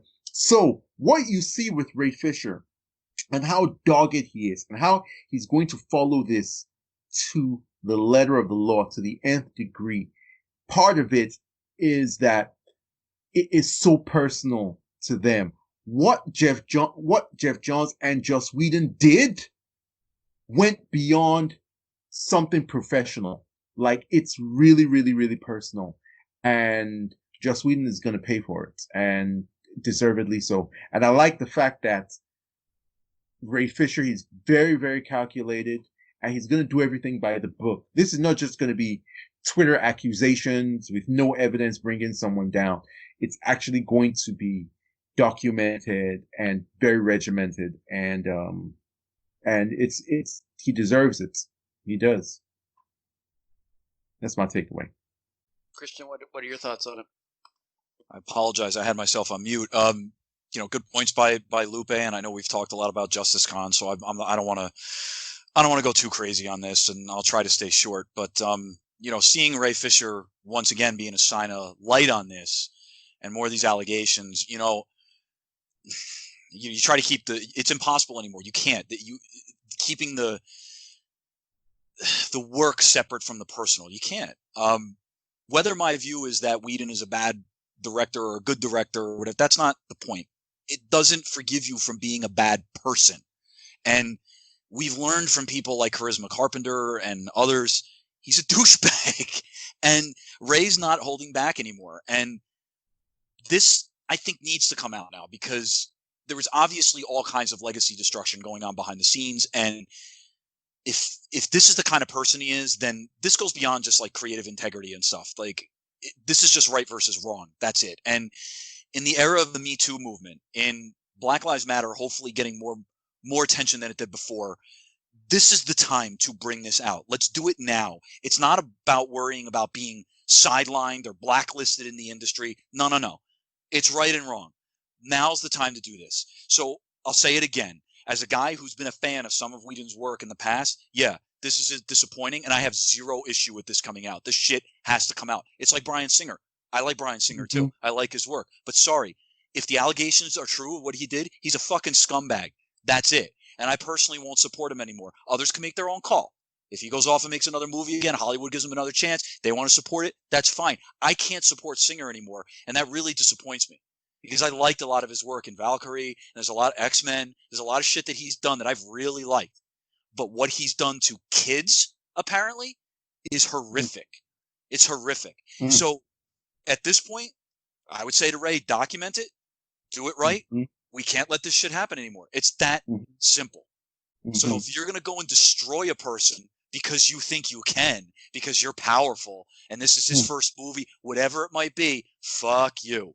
So I have absolutely no problem with Ray going out and doing what he did, and I'm fine with it. It's disappointing, but I don't care because the guy to me is he's not a friend. He's not a relative. He's just a dude that's written some TV shows and some movies that I like. And if he's part of this Hollywood machine that's going to bring people down, screw that. Then have him get taken out. I have zero problem with that. So that's my take on it. Well, Ray Fisher did say, both in reference to John Berg and Joss Whedon, that they're scared, and they should be. And so he is, as Lupe said, he is not messing around. Whatever happened, it wasn't something minor. Something has pissed him off in a major way. And he actually did say, and I didn't mention this earlier, but he basically said he doesn't care what happens to his career. He is quite happy doing stage acting, and does not care at all what happens to his theatrical career, movie career, I should say, is to separate theatrical from stage. But yeah, he's all in on this and does not care what the consequences to him are. So he is pissed and means business. No, now's the time, man. This shit is, people are getting incensed with this kind of stuff. Do it now. Do it while strike while the iron's hot. There's a lot of this stuff. You got to do it. Do it. And I personally don't think, this is just me. What do I know about Hollywood? I'm just some idiot blogger and, podcaster. What do I know? I don't think Ray Fisher's career is over at all. Yeah, no, I don't. I don't think it may blacklist him with certain people, but I think it will win him. It'll also win him some admiration, I think, from other circles. So right, and the people that blacklisted him would be the assholes that are letting this happen anyway. Yeah. So absolutely. Yeah. So just before we wrap up this topic, do you guys have any other comments on anything JusticeCon? I got one last point I want to make, and then we can segue on to our next topic. Anything you guys want to add? No. Just to wrap up personally, I'm really looking forward to Fandom. Like, if this was what we're getting at a fan convention, which is less official, less fanfare, then Fandom is just going to be explosive. I have some predictions for Fandom, but I think I'll probably save it till we do. Maybe we're going to do a little bit of a preview, and I'll tell you guys what my predictions for Fandom are. But yeah, pretty freaking incredible. I like the event. Congratulations to the hosts for for putting it all together, executing it. I think it was a success, especially for the first one. I'm very sure that this is going to be a recurrent thing, whether it's yearly or biannually. The only thing is, in the future, I would like to see more participants from the fandom, so that it's not just a small group of people who are involved in it. If this is for the fandom, then they should find a way to make sure that more people from the fandom, especially podcasters, not necessarily us, like we don't need to, like I don't need to be involved, but there are really good podcasters from the fandom. I would rather it wasn't like an exclusive kind of thing in terms of their interactions with these creators that people have been fighting for so long. That's the only advice I'd have for them going on. But it's the inaugural one, so I'm sure they have things to think about, and there are going to be improvements made going forward. All right, Christian, anything to add on that?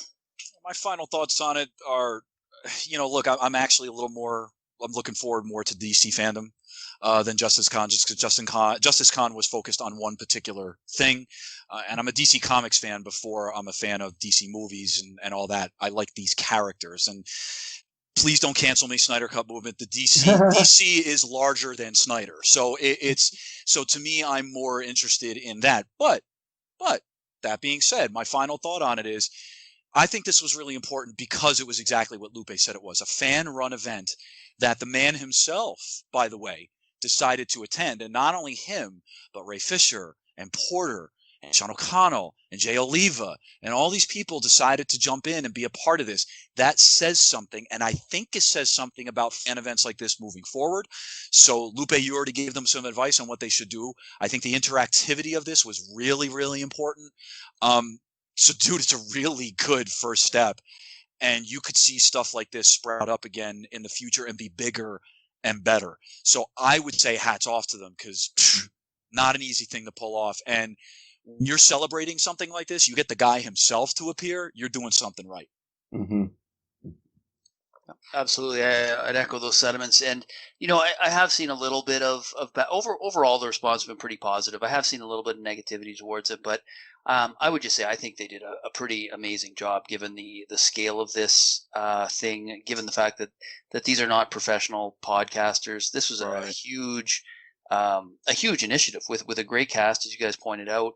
A lot of work and a lot of hours, and I personally would not want that responsibility and having my face in front of that many hundreds of thousands of people potentially, right? Like some of these videos are over 300,000 views. I mean, this was a big deal, and and even though maybe some elements were seen as underwhelming, myself included. I thought my initial reaction to the black suit Superman, 5-second black suit Superman clip was that it was a little underwhelming, both because of quality and the fact that we've seen that scene actually done better by a fan, by Chris Dawson, who did his own edit. It was longer and cleaner and better.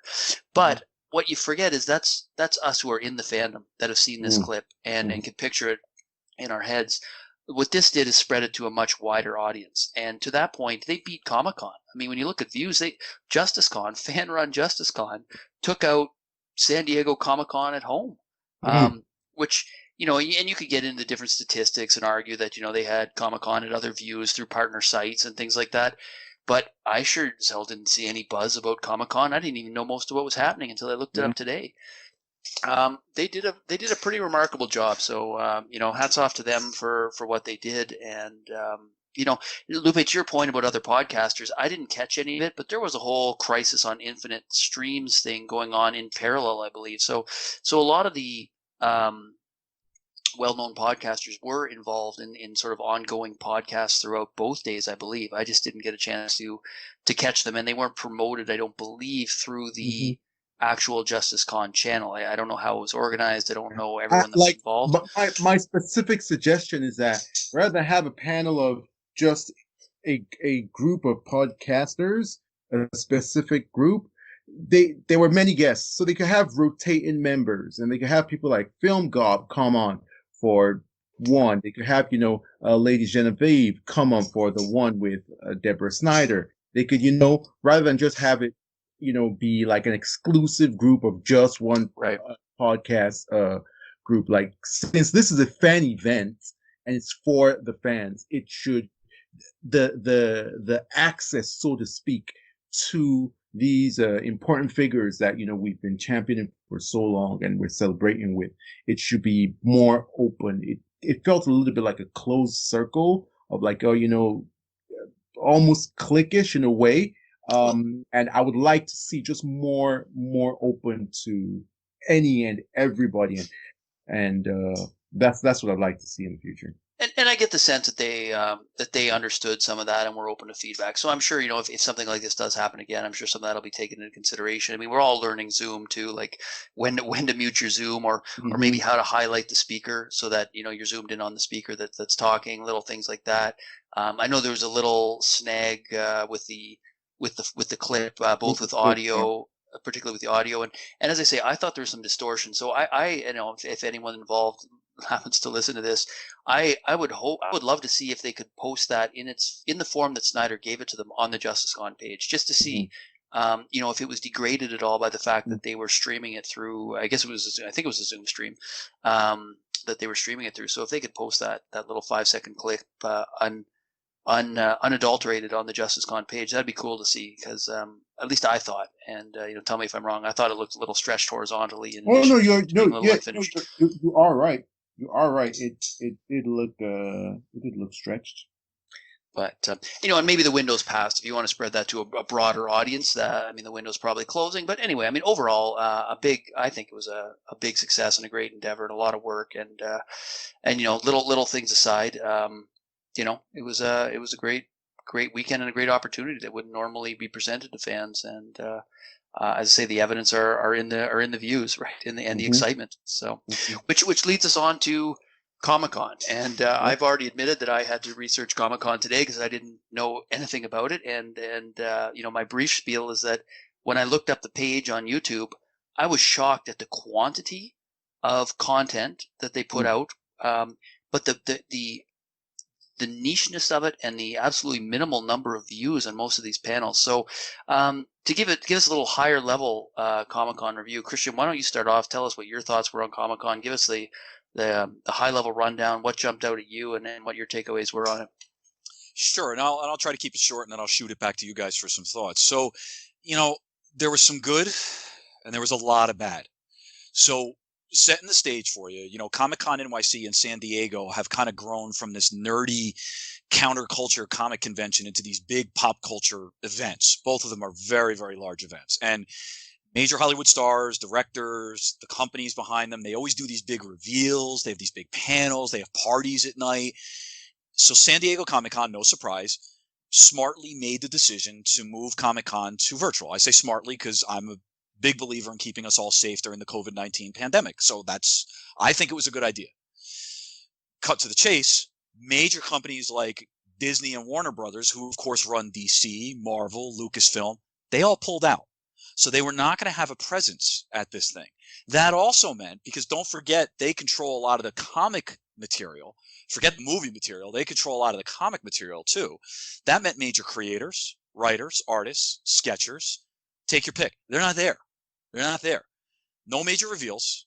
No interactions with the fans. No being able to go up and get something signed, get it pressed, get it graded, get it cleaned, getting a picture with your favorite artist who wrote, Batman 318. No. None of that. None of that. And that's the core of Comic-Con, to say nothing of like the hot girls in cosplay. All right. So you're not getting any of that stuff. There were some positives. In my mind, Star Trek, go figure, was actually a major winner. Had a wonderful panel featuring Patrick Stewart, who is a true gentleman. And we got to see a really good sneak peek of Star Trek Lower Decks, which is a funny-ish kind of cartoon. It's an animated show that they're doing about the lesser-known people in Star Trek. And people have been wondering whether this is going to be pure comedy or if it's going to borrow from Star Trek lore. And we found out that it's a little bit of A and a little bit of B. So that was kind of cool that they're combining that. They're not just going to make this a full-on farce. It actually knows what it is, and it looked like a pretty interesting cartoon. We got to see the whole first episode, or about 25 minutes of the first episode, and it was highly entertaining. They are also announcing a brand new Star Trek TV show, and if you've watched Picard, the production value on these shows are very, very good, and this show is going to feature Christopher Pike. It's all the early adventures of the Starship Enterprise with Spock, while Pike and Spock were there before Kirk becomes the captain. Picard is also getting renewed for a second season. Big wins there, and actually got some very nice attention. In addition, New Mutants, the much maligned New Mutants, which everybody's like is never going to freaking come out, and who knows about this movie. We actually got a really good panel on that. We got a good look at the trailer with full CGI, and we got to see Demon Bear. And this movie looks like a really unique quasi-horror comic book movie, which is what they were going for at the beginning. And we got a really good look at that thing, and it looked really cool and really different. Very something that I think a lot of people want to see. We have no idea if it'll make it into theaters. Right now they're saying August, but who the hell knows with that movie? And Keanu Reeves, I think, was a big winner as well. He was on a panel about the new Bill and Ted, and they also did a 15-year look back on Constantine, and they talked about horror movies. And the horror show Shudder got a really nice panel as well, talking about horror and the LGBTQT community and how they're becoming a bigger part of the creation in some of these horror elements, and how horror is making a little bit of a comeback. All in all, to me, those were wins and those were positives. The negatives, before I throw it to you guys, was number one, eclipsed by a fan-run event, like you just said, Justice Con, completely eclipsed by that event. Dropped the mic, boom, they did something wrong. A fan-run event blew them out. The major fun aspect with the cosplays, the meeting other fans, gone. All gone. All metrics across social media, views on YouTube, everything, they're down 90% from 2019. That's ridiculous. The major pullback from the big players who declined to participate, that's huge, because that dominated all of the news. The news was Lucasfilm isn't going to be here, Marvel's not going to be here, DC's not going to be here. That dominates everything. And there was no interaction between the fans and the creators or anybody. Nothing. Most of the shit was pre-recorded. So you couldn't even interact with these people. That's the biggest part of Comic-Con. That you can go see a guy like Chris Claremont and you could pick his brain. Don't have that. Completely gone. And like Paul said, all you got to do is take a look at the YouTube channel and you can see that the talks that are there are very niche. And outside of a couple like Nathan Fillion, Kevin Smith, very little interest. They get 1,500 views, 2,000 views, whatever. So to me, abject failure. Whatever they tried to do is a failure. Most people are they're more looking forward from a comic perspective to DC fandom. And people are talking about, will Disney Marvel do something by themselves instead? So I think, you know what, I'll ask you, Paul, first, and then we'll ask Lupe. What's your reaction to all this? And did Comic-Con even do anything to you to make you give a shit about this thing? Nah, short answer, it didn't even register. Yeah. I heard some chatter about the Star Trek animated series. I had no idea they even mentioned a live action. Mhm. I was going to check out the trailer for the Star Trek animated series, and then I just didn't. And then, to be honest, that actually came out before Comic-Con, didn't it? I can't The even trailer remember. for the cartoon. The Yeah. trailer for the cartoon came out a little bit before Comic-Con, but they actually did now like a 25-minute. You got a chance to see the first okay, episode. so I didn't even know Yeah. that was happening. Yeah. And I didn't hear about the live action. The only thing I heard about was New Mutants. And now again, did that happen before? Because there was a New Mutants trailer, and then I heard that they showed the opening few minutes of New Mutants. So I think what I saw was a new trailer that I liked the look of. I totally missed the opening scene or opening minutes of New Mutants. Didn't know that was happening. Yeah, and then they when didn't I show looked, much. They didn't show okay. much. Mhm. And then when I looked at the list, like I say, I scrolled through it, and I mean, just the sheer amount of content, very niche and obscure content, with like under 2,000 views, some of it under 1,000 views, sometimes with fairly famous people, like Scott Snyder was in one. Perry Nemiroff from Collider, I noticed, was in another one, under 2,000 views. Like, for something of that scale, I would assume that all of it would have more views. But again, there was so much content and it was so niche that I have to imagine a lot of it was overlapping. And I guess maybe that's what a con is like. I've never been to one where you have to pick and choose what you go see. But yeah, I mean, there's a handful of stuff that if I had all the time in the world, which I don't, I'd go back and check on. Like there's some things on like just for interest's sake, like for aspiring filmmakers and things like that. I'm never going to make a film. I'm old. I'm closer to retirement than than the start of my career. So I'm not going to do anything different with my life. But hell, I'd be interested in watching that. And there's something like on world building, which that might interest me again if I had all the time in the world. But I mean, very niche and just like I think they needed less content, more wow factor, I guess, would be my takeaway from looking at sort of the aftermath of what's on their YouTube channel. So that's my takeaway. It's super underwhelmed. I can't imagine that there'd be an appetite to do it again with the numbers they got this year. Like, why even bother, right? Just if you got a movie like New Mutants, just put out your own trailer. I mean, why even do it through Comic-Con? So I don't know. That's all I got to say. Sorry, I don't have a ton to add to it. Lupe, what do you think? I'm just gonna echo your comments. It didn't even register on my radar. Yeah, I just in terms of analyzing what went wrong, or it's coronavirus, and you can't have the physical interaction, and that's what the con is all about. As Christian, said, it's not just a convention that you can do virtually. Basically, people have called it a pilgrimage. It's exactly what it is. It's a pilgrimage, and you can't have a pilgrimage virtually. There's some things that you just can't substitute. You can't substitute the physical, tangible, real deal for the virtual Matrix version. You just can't. And the brilliance of Comic-Con, what makes it sing so harmoniously and so loudly, is that you got the big players, right? You got your Marvels, your Star Wars, your DC, your massive big creators, big shows, whatever it is. So that kind of attracts, like, most people, then the niche stuff that Paul was talking about, then that gets like the fallout of that attention, right? People are already at the convention. They already came for Hall H. They already came for whatever new Star Wars, trailer or whatever it's gonna be. And since you're already there, you're gonna, go to all these obscure kind of niche panels. And so, you got the cash cows and the big dogs feeding, the less heralded stuff, the tide rising all boats, so to speak. So you didn't have the big dogs at this event.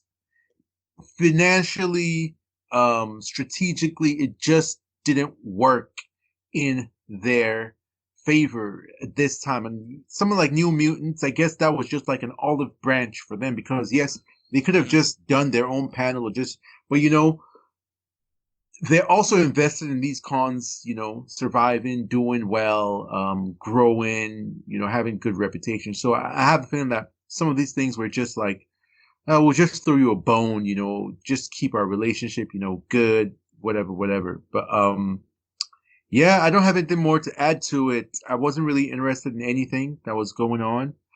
It's unfortunate. Comic-Con is something I always look forward to every year, even though I've never gone. I don't plan on going anytime soon. But just vicariously, I enjoy the festivities. I enjoy it's almost like a time marker, and it's unfortunate. So going forward, I hope that this doesn't affect them negatively. We don't know how long we're going to be under the specter of coronavirus. Hopefully by late summer next year or early fall, it's done. We have a vaccine or a very effective treatment to the point where it's not an issue. But yeah, I think that there's something that I did discuss. I think for the past couple of years, Comic-Con has taken on a sort of pompous and prideful attitude of their position. I heard about them in a lot of like negotiations and stuff. They are not the most gracious hosts, so to speak.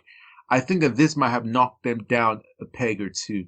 And the good that might come out of this might be that next year, when they're finally able to come back, they're going to want to come back with a bang. They're going to want to come back and bring their A game. And I think that Comic-Con can actually come from this stronger and better for the fans. That's the only silver lining that I can see for this. In terms of connecting this back to stuff like Justice Con and DC Fandom that's coming up. This is a big threat for Comic-Con because depending on how Fandom does, we might see DC really reduce their presence at Comic-Con. And if Fandom is a huge success, you might even see them initiate a physical Fandom in tandem with the virtual event. That's something I can definitely see them doing. So yeah, this is going to be something that we need to keep our eye on and see how things go going forward. But for me, I wasn't interested in anything. I still am not. There's nothing I'm really going to go back to look at. Maybe if somebody recommends something, but it's unfortunate. Yeah, see, I think that's the interesting thing that you just said. It made me very sad being close to NYC. I've been to New York City Comic-Con, and it's great. And I know from talking with other people that I think they see themselves as the 800-pound gorilla. Nobody can touch them. They've been able to, they think at least that they can use their clout for their negotiations and be hard asses. But I think you touched on something, Lupe, there, and I ask both of you, does Comic-Con need the big guys more than the big guys need them? So that's the question. Disney can do whatever they want. Do they need Comic-Con to promote Star Wars, Marvel? Probably not. I mean, you want to promote the print comics and the digital comics? Fine. You could say that. Same thing with DC Fandom. If DC Fandom does such a wonderful job and they decide they're going to add a physical component to the virtual component, why don't they just pull out of Comic-Con? and do their own thing. And yes, it's nice to have all the video games and the books and the everything all in one spot. But, E3 does its thing. I mean, I could see Comic-Con suddenly breaking apart. I definitely could. Because when you take a look at it, it makes you wonder, do the big guys really need them at this point, or can they do their own thing? And I think they absolutely can. Yeah. Just a sad state of affairs. Yes, take COVID out of it for a minute, but yeah, it's sad. It's sobering. You're right. It really is sobering. Okay, well, we'll keep our eye on the ball, see where things go. Fandom is coming up, so that's the next big fan convention. That one's going to be very interesting because it's something that's never been done before. I'm excited about that one. I'm super excited about that. It's the format, everything about it is just, it's so innovative, it's so fresh, and them bringing it at this time of COVID is so fucking brilliant or fortuitous or whatever. We're gonna have a lot more to say about it, so you guys stay tuned to this space. I think we have some very interesting things to say about it. I have a lot of kind of insight and analysis, but we'll save that for our preview when it's coming up, and that's going to be coming up in about a month's time. So let's pivot to some more sort of industry-wide talk, and the Emmys. Yes, today the Emmys were announced. The Television Academy, is their time to celebrate excellence in television production, and we're living in such a beautiful time where a lot of the stuff on TV is even better than the stuff that's in theaters. Like, honest to God, we can say that we're living in the golden age of television, and I'm never going to say that the stuff on TV rivals the stuff on in cinemas. If I had to pick only one, if I could only pick one, I would definitely pick television content. If I had to pick between television content and cinema content for the rest of my life, there's just more creativity going on. The production levels have gotten to the point where they're distinguishable from what you see in theaters. You're not getting cheap TV quality, quote unquote. And variety, so too. variety. And a lot of variety. And so the Emmy nominees were announced. This is the Oscars of television. And they've gotten even more prestigious as the content has gotten better. So here are some of the highlights, and then I'll get reactions from any of y'all if you want to say anything. Netflix broke HBO's record that they set last year for most Emmy nominations, with 160 nominations across the board. This year, HBO got 107, and a little reflection of that is because Game of Thrones is off air. Game of Thrones was a massive juggernaut. Then the next closest was NBC with 47. So Netflix and HBO are really killing the game.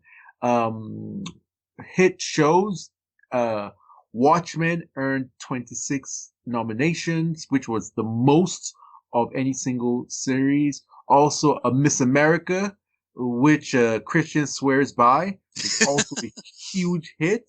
Then also, new streamers, Disney Plus and Apple TV, actually got rewarded for some of their content. The Mandalorian, in a surprise, was nominated for Best Drama.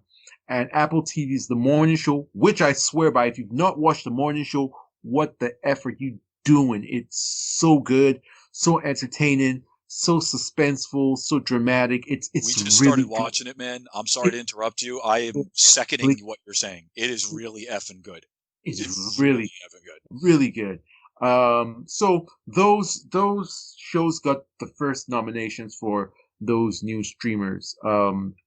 So if you guys have the lists in front of you, or if there are any series that you've watched over the past year that you thought should be nominated, any acting performances, I'd like to hear you guys chime in with your reactions to the Emmy nominations for the day. Let's start with Christian. I saw a couple articles out there with snubs, and I don't necessarily know if I agree with any of the major snubs, except for I know your girl Elizabeth Moss. She got a snub. And I know a lot of people are a little pissed off about that. And I might not be a huge fan. She's out of control in in Handmaid's Tale. She's out of freaking control. I just love her as an actress.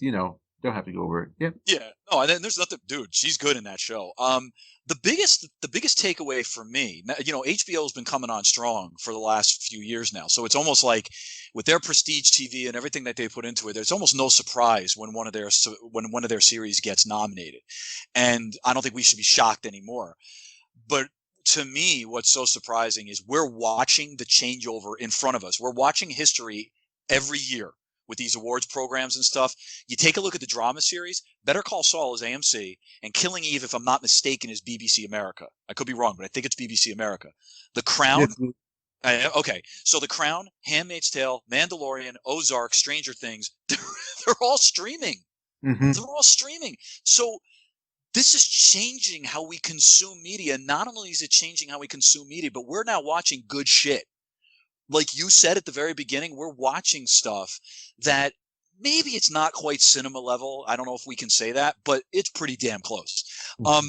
The Mandalorian getting nominated for Best Drama Series is pretty surprising for that category, but it is a prestige television show. When you watch that, the production value of that show is very high. And the gentleman that played the Mandalorian, is Pedro Pascal, he carries the entire show behind a helmet. And it's the performances that they're able to get out of that show was incredible. If you guys watch The Crown, highly recommend The Crown. The Crown is very good. You guys have I think both of you have talked about Ozark, and I agree with both of you. Mm-hmm. Stranger Things, I think, took a step back in season 3, but still, these are really good shows, and we're getting them through streaming services. I was actually a little surprised to Steve Carell, by the way, for getting his supporting nomination, not for getting it for Space Force, because he is the driving force in that show. Mm-hmm. I know John Malkovich is very funny, and the show works. It's a commentary on our current political state in the United States. Mm-hmm. It really is. But he really carries that show, and he brings a surprising mix of comedy, drama, and heart in that show. And Carell has grown on me over the last decade. I really like him. He's not the guy that was in the 40-year-old virgin. He's really become a much different actor. And it was surprising that he didn't get a nomination for there. I want to give my love to Jennifer Aniston, by the way, because holy crap. Show, like you said, show is great. Performance is great. I also, by the way, the limited series, you said it, very happy that Mrs. America got it, and I'm really happy now that I've been starting to watch Watchmen. I think Watchmen is very well deserved, even though I'm only halfway through the series. I think it's very well deserved. Jason Bateman, I think, is a no-brainer. He's goddamn good. Bateman has become so goddamn good. So, and by the way, before I go to Paul, you guys can talk back and forth. Zendaya, I'm so happy. I'm so happy she's getting, because like people just, how it gets. The Marvel conversation becomes almost like political in its tribalism. It becomes almost political, and people are, well, she's terrible because she was in the Spider-Man movies. She's much more than that. Can we stop? Yeah. I think that's what people need to realize. Like she's a singular talent. She really is. Yeah, she's really good. I agree. And Don Cheadle is not the Iron Patriot, come on, he's not War Machine. He is so much more. It's the MCU is the MCU. Let's enjoy it for what it is. But he's funny in Black Monday. He is legitimately funny in that show, and it takes a very interesting, funny look at something that happened in history in the financial sector, and tries to make us laugh about it. So I really, there are a couple nominations in here that I really wanted to say that I'm very happy to see. Pretty incredible that one of my favorite shows, Mandalorian, got all the nominations it did. I don't know if it necessarily deserves all of them, but still, kudos to Disney for putting out a prestige TV show that got recognized. Because, like you said, man, it's the streaming services that are probably going to be carrying this moving forward, and you need good quality programming on that, and yeah, that's what we're getting. So I apologize if I went over. I'm sorry. Oh no, your take was very, very comprehensive and very well put. Christian, do you have any reaction to any of this? And are there any new series that you've seen this sort of calendar year that you think deserved a bit of acclaim? All right, other Christian here. I will.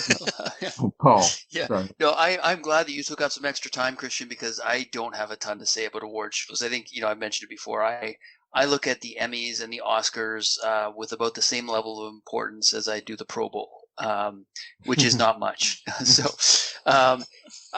you know what? It's nice to see some of these good shows recognized, partly because it will bring additional attention to them and keep viewership up, and viewership means we'll get more, right? So in that sense, it's nice to see something I enjoy get recognized, because I think it keeps its odds of survival higher. And then the second part is hopefully that as it continues to survive, the content will continue to maintain at the same level. Case in point, Watchmen, right, which was one of the shows that I really enjoyed. It's nominated for a number of awards, I think well deserved. But the creator said he didn't want to come back for another season. He didn't have more story to tell. So as far as I know, we're not getting more Watchmen at this point. The other one that was new to me this year was Ozark. I caught up on all those seasons, as you mentioned, Christian. It is one that I enjoyed quite a bit. It's something I watched with my wife. Really enjoyed. There's a number of shows this year that I've watched that aren't here. Trying to think off the top of my head. A couple of the Apple ones I really enjoyed. Defending Jacob was good, and Servant was really good. I don't see them named here in any of the categories. Gosh, what else? There's been a few things throughout the year that Homecoming, Lupe, that you recommended to me, but again, I was a year behind on that one. There's been a handful of series, but from this list, the ones that I really enjoyed were Ozark, and I see as you mentioned, Jason Bateman nominated. Westworld with both Jeremy Irons and Regina King nominated. Sorry, not Westworld, Watchmen. Westworld. There was a nomination. Oh my God, I'm blanking on his name. Hold on a second. Supporting actor Jeffrey Wright, Westworld. I think that's well deserved. I really enjoyed him in Westworld. I watched The Mandalorian. I was underwhelmed by The Mandalorian, as you guys know. I don't think it's necessarily deserving of any awards. I think it's just popular. Same thing with Stranger Things at this point. I really enjoyed season 1 and 2. I have not enjoyed it in a little while though. So I think it's getting nominations based on reputation, not necessarily on its recent content quality.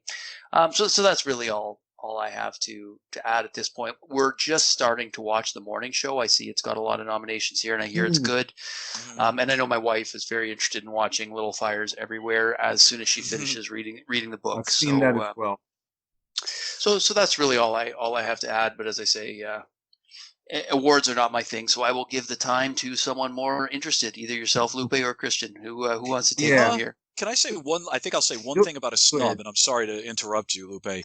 I did see this written about, and I agreed with it because my wife and I watched it. Did you guys watch Normal People on Hulu? No, I didn't. I did not. No. It's a really good series, and it's about, like, especially now in the times of COVID, like, we get so into, everything's a comic book movie and stuff like that, but that's exactly what the show is about. Normal people meeting online, becoming intimate, the familiarity, like all that kind of stuff. And it was just a good show that I think when you have all these other shows that we just talked about, it wound up flying under the radar. And I believe their actors got nominated.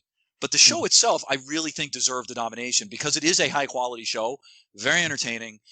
And you're going to throw Stranger Things in there. I think this is a better show, especially now in the third season, because Stranger Things is starting to get a little tired. So I just, if you want to talk about a snub, that's one that I think is a bit of a snub because I think it's a higher level show, that's talking about the human condition. And that's what I think of when I think of drama. I love The Mandalorian. You probably could replace The Mandalorian with that too.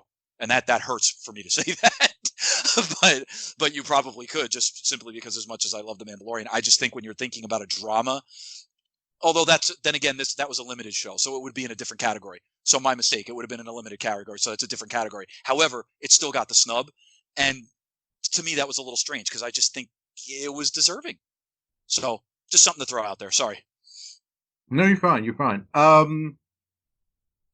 Yeah, I don't have too much to add to the discussion apart from there is so much good stuff out there that you can't really claim that something was snubbed, right? I guess at this point we just have to look at the list of nominees and and look at it from the perspective of whoever is included, what was the quality good enough?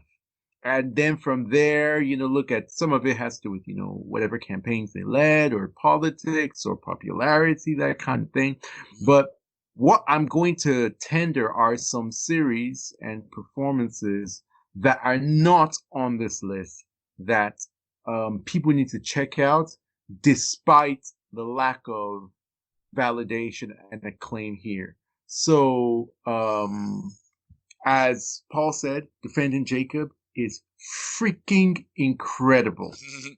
It really is. It's one of the best shows I've seen in a long, long time. It's so good. And Christian, if you haven't seen it, it's a must. Cool. I'll add it in.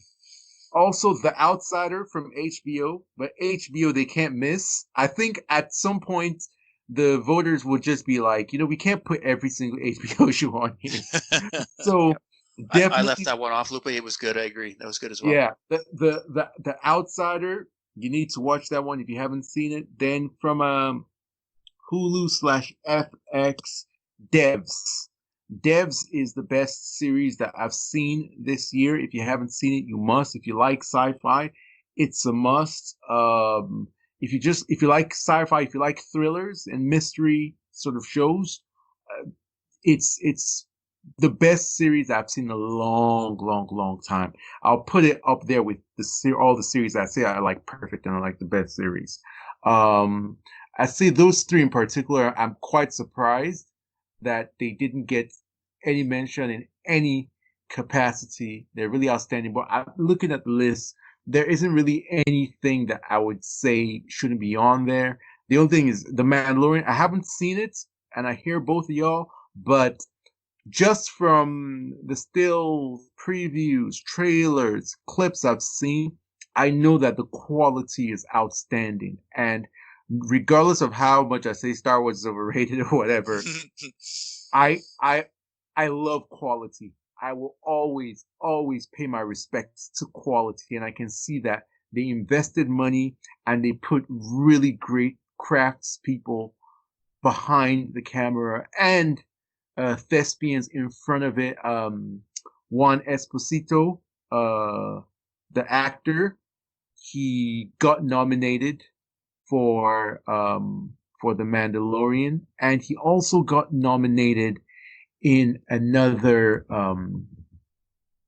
another series. I can't remember, but he got a double nomination, and he's someone who has been acting for a very, very, very long time and been putting in a lot of hours. You guys know who I'm talking about, right? He was in the guy with the dark saber at the end. Yes. Yeah. That guy. Yes. Yes. He was only in the last couple episodes, I believe, right?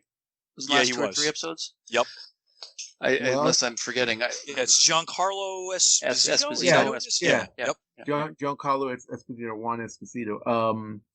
Really, like, he's someone that, like, when I was a kid, he was acting like these kind of, like, he was acting like, exclusively like black movies. He was one of those actors that, couldn't, like, break into mainstream. So he's someone that from the 90s, I'm sure even from the 80s, he's been grinding and just getting there bit by bit and, refine his craft. And to see him be a double nominee in 2020, like basically maybe 30, 40 years after, like he posted a little thank you sort of clip on social media, and it almost brought me to tears. That's nice.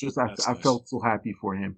So I'm overall, my reaction to it is that we're in a great time for television. And if I know, I have a friend who says that they don't watch television. They don't watch, series. And there's just no good reason to only watch movies. There's none in this day and age. There is none. There is no excuse for it. There is no narrative you can try to spin, because what you're getting on television is just as good, and many times even better.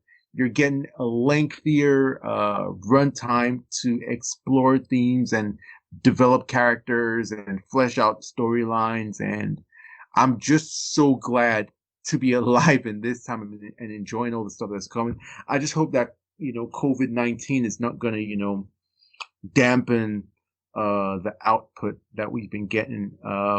Also, just a note that I wanted to talk about in terms of Netflix having, more nominations than HBO. I don't think anyone should look at that as, oh, Netflix is taking over. I mean, it does really show Netflix's power and how far they've come. And if you didn't think they were a player before, you better know they're a player for real in the game. But with Netflix, it's more of a quantity over quality thing, in my opinion, because HBO does not put out a third of the content that they put out, and HBO is still, at the top of the food chain in terms of the quality that they put out. So I'm still going to stay on Netflix in terms of I need to see as much quality as the quantity that they put out, but that's not the economic model at the I'll moment. definitely see quality over quantity any day. I agree with you. And Netflix puts out a ton of crap, and some of this stuff, as we talked about, is really good. The problem is it's a percentage, like you said. Yeah. Like it's like HBO will take out, they'll give you 4 shows, and if all 4 aren't good, 3 out of the 4 are going to be good. Yeah. And Netflix will give you 100 shows, and it's like, okay, well, only 20 are good. And so yeah, it's exactly. yeah. Yeah. So yeah, But still, I hear you. we're eating good. We're eating good. I'm with the program. So all right, let's flip from streaming and television to what's going on in theatrical. It's all it's Ooh, all baby. connected, and this is even more bad news for the theatrical experience, for the structural change that we're seeing in the industry. AMC and Universal have come to a historic pact on shortening the theatrical window from 90 days, not to 60, not to 45, not to 30, to 17 days. That's mind blowing. The carrot in the deal for AMC is that they will share in the new revenue streams from VOD. So where usually after that 90 days, it fully belongs to the studio. In this deal, AMC will share some of the revenue from VOD as soon as it hits the internets. So a statement was put out. The news has gone out. We don't have a lot of specifics because, for example, the questions that we have. This deal is between AMC and Universal / Focus Features. That's only one studio. That's only one theater chain. What about all the other studios? What about all the other theater chains? Okay, so how is this going to work? Will Universal only pull it from AMC and then put it on VOD, but it will still be in theaters at other chains like Regal and View and in whatever country you're in? Don't they have agreements with those theaters as well? Or is it a situation where Universal won't even put the movies out in those other theaters? And then we have to ask, will other studios follow suit? Will other theaters follow suit? So there's a lot to discuss, and I want to hear what you guys think about this. Do you like the idea? Does it make sense? It's something that they've been talking about for quite a while, and now it's here. Also, we have to discuss the implications that this is going to have on streaming going forward. So, Christian, if you have any thoughts, let us hear them. Yeah, I mean, it's I think people are underplaying the repercussions of this, because I've seen a couple of people online, the talking heads start turning around and saying, well, it's a natural look. This is nuts. The question is did this accelerate a process that was probably already happening to begin with? And were we faced with this because of the pandemic? And all that did was put the foot on the gas pedal that was already beginning to happen. In North America, at least, the number of ticket sales have fallen. Now, while billions of dollars are still being generated by theater revenue, ticket prices have gone up. So if I take my wife and I to go see a movie, it's $30 for the two of us to go see a movie, especially if it's in 3D.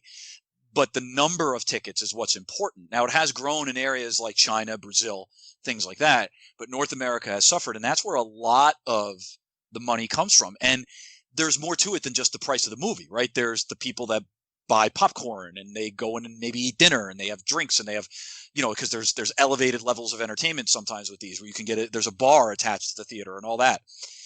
So there's a whole economy and employees that are supported here. But it does make you wonder. As we've talked about in the previous section, stuff in TV has become prestige watching now. And is that cheapening the theater experience a little bit? Is that cheapening the cinematic experience just a bit?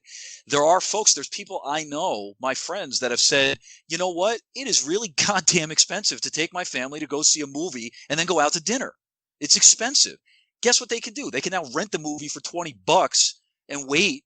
And if they have a 65-inch TV with a really nice surround sound system and everything, they could go get some food in the time of COVID. They can get some takeout food, and it's going to be way cheaper than whatever it was to buy all those movie tickets, to maybe buy snacks, to maybe buy dinner. Maybe they're even going to go out to ice cream when it's over. Now, this has repercussions on the economy that we could talk about on another day. The point is, though, for the movie industry, I'm wondering if this is something that was probably going to happen at some point in the future anyway. And because of what happened with COVID, we're simply making it faster. Your second question, by the way, I'll say this. I believe this appeared in a Deadline article this afternoon.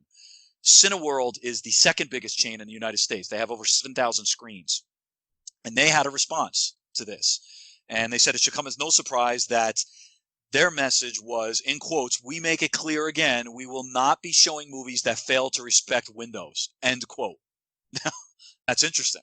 So you asked the question before, what does this mean for other theater chains and everything? Is a theater chain like them that has 7,000 screens across the United States going to turn around and be like, screw you, Universal. We're going to play hardball and we're not going to show you movies. We'll show Disney, we'll show Paramount, we'll show Sony. We're not going to show you. Now, for a company like Disney, my take is they don't do this, but I could see Sony, I could see Paramount. I mean, it's AMC had problems on their balance sheet before COVID. This is, I don't know. I think I've said all I can say at this point because I just think this is almost a natural progression. It's just with the horrible pandemic that we've experienced and the fact that many people now can't go to the theater. Forget about making a conscious decision because of economics in their family. They actually cannot go to a theater now because of health or whatever. It's just making this happen faster than maybe it would have happened already. So that's my take. All right. Paul, let's hear what you have. I think you guys have done a pretty good job of wrapping it up. I don't know how much I have to add, but I mean, on a personal level, I like this. I mean,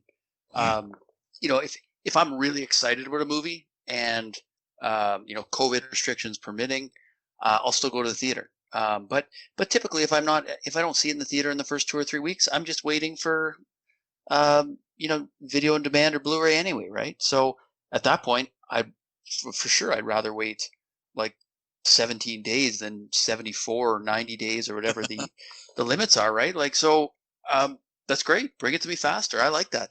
And to be honest, I mean, most movies these days, I mean, you see with most movies, they make their money unless they have unusual legs. They make their money in the first 3 weeks, and that's where Universal's come from with this deal, right? 17 days is so that that's you get a good point, man. You get 3 weekends. After 3 weekends, they're just hanging around for the stragglers who couldn't get out to see them. And every once in a while, that's me. But if there's something I'm really motivated to see, I'm usually going by myself on opening Thursday night. I'm spending $22 for a ticket, Canadian dollars, of course. I'm spending $30+ on 2 drinks and a popcorn. Mm-hmm. So if I can, I guess I'll still do that if it's something I'm really excited about.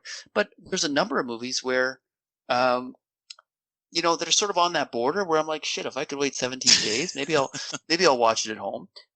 Movies with my daughter, again, if we can work it out, we can go see a big digitally animated movie in 3D on a big screen, we'll do that. But if not, I sure like the option of being able to, purchase that after 17 days. As opposed to waiting 90 days, right? Mm-hmm. You've got obvious piracy concerns. That's the first thing that jumps to my mind, is that there is, I'm sure, a decent segment of the audience that says, "Oh, well, geez, all I got to do is wait 17 days and I can pirate this thing." That's a concern, I would think, right? Especially right now, we're talking about U.S. deals, but I mean, if they release it on video on demand in the U.S., it's going to be worldwide available on download, within hours, right? So, for people that are prone to access their movies that way, right? Which is not an insignificant number of people, right? Like, and just using anecdotally the numbers for Game of Thrones, I think they estimate like the paid views versus the downloaded views are about 50-50, right? So that's half the audience watching these things illegally.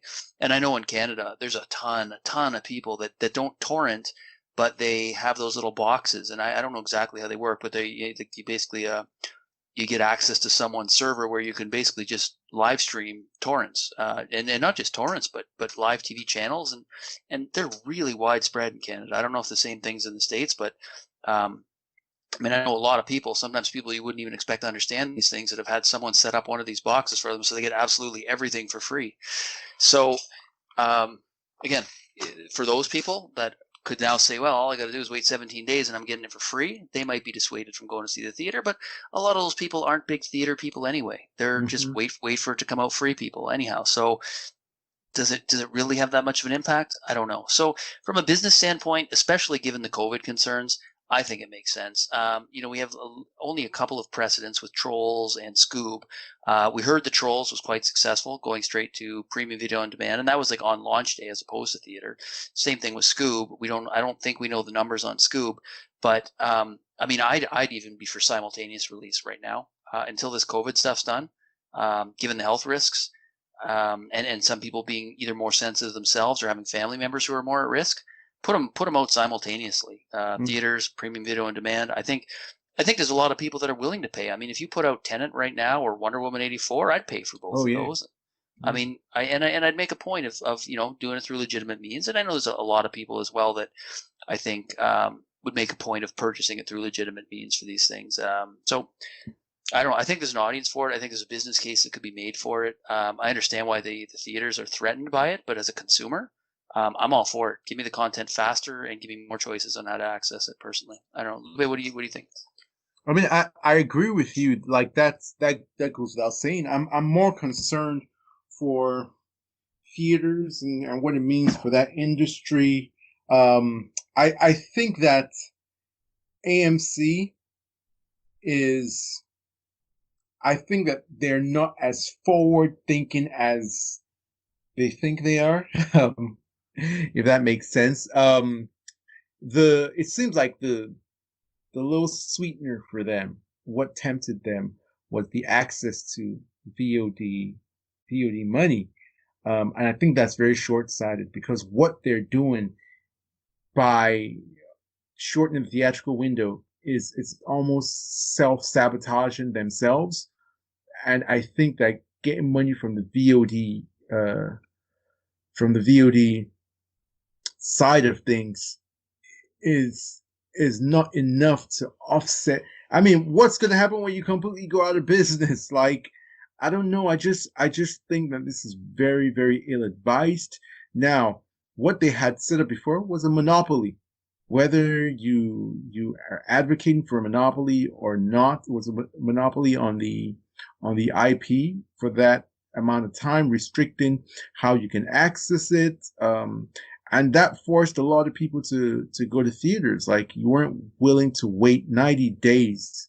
But now there are many movies that I saw just because I couldn't wait for 90 days. Now, if I can wait 90 days, if I miss the first weekend, I'm probably not going to go see it.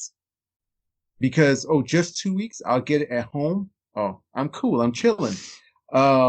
So I think that overall, this is going to drive box office numbers down even further than they anticipate. Now, in terms of what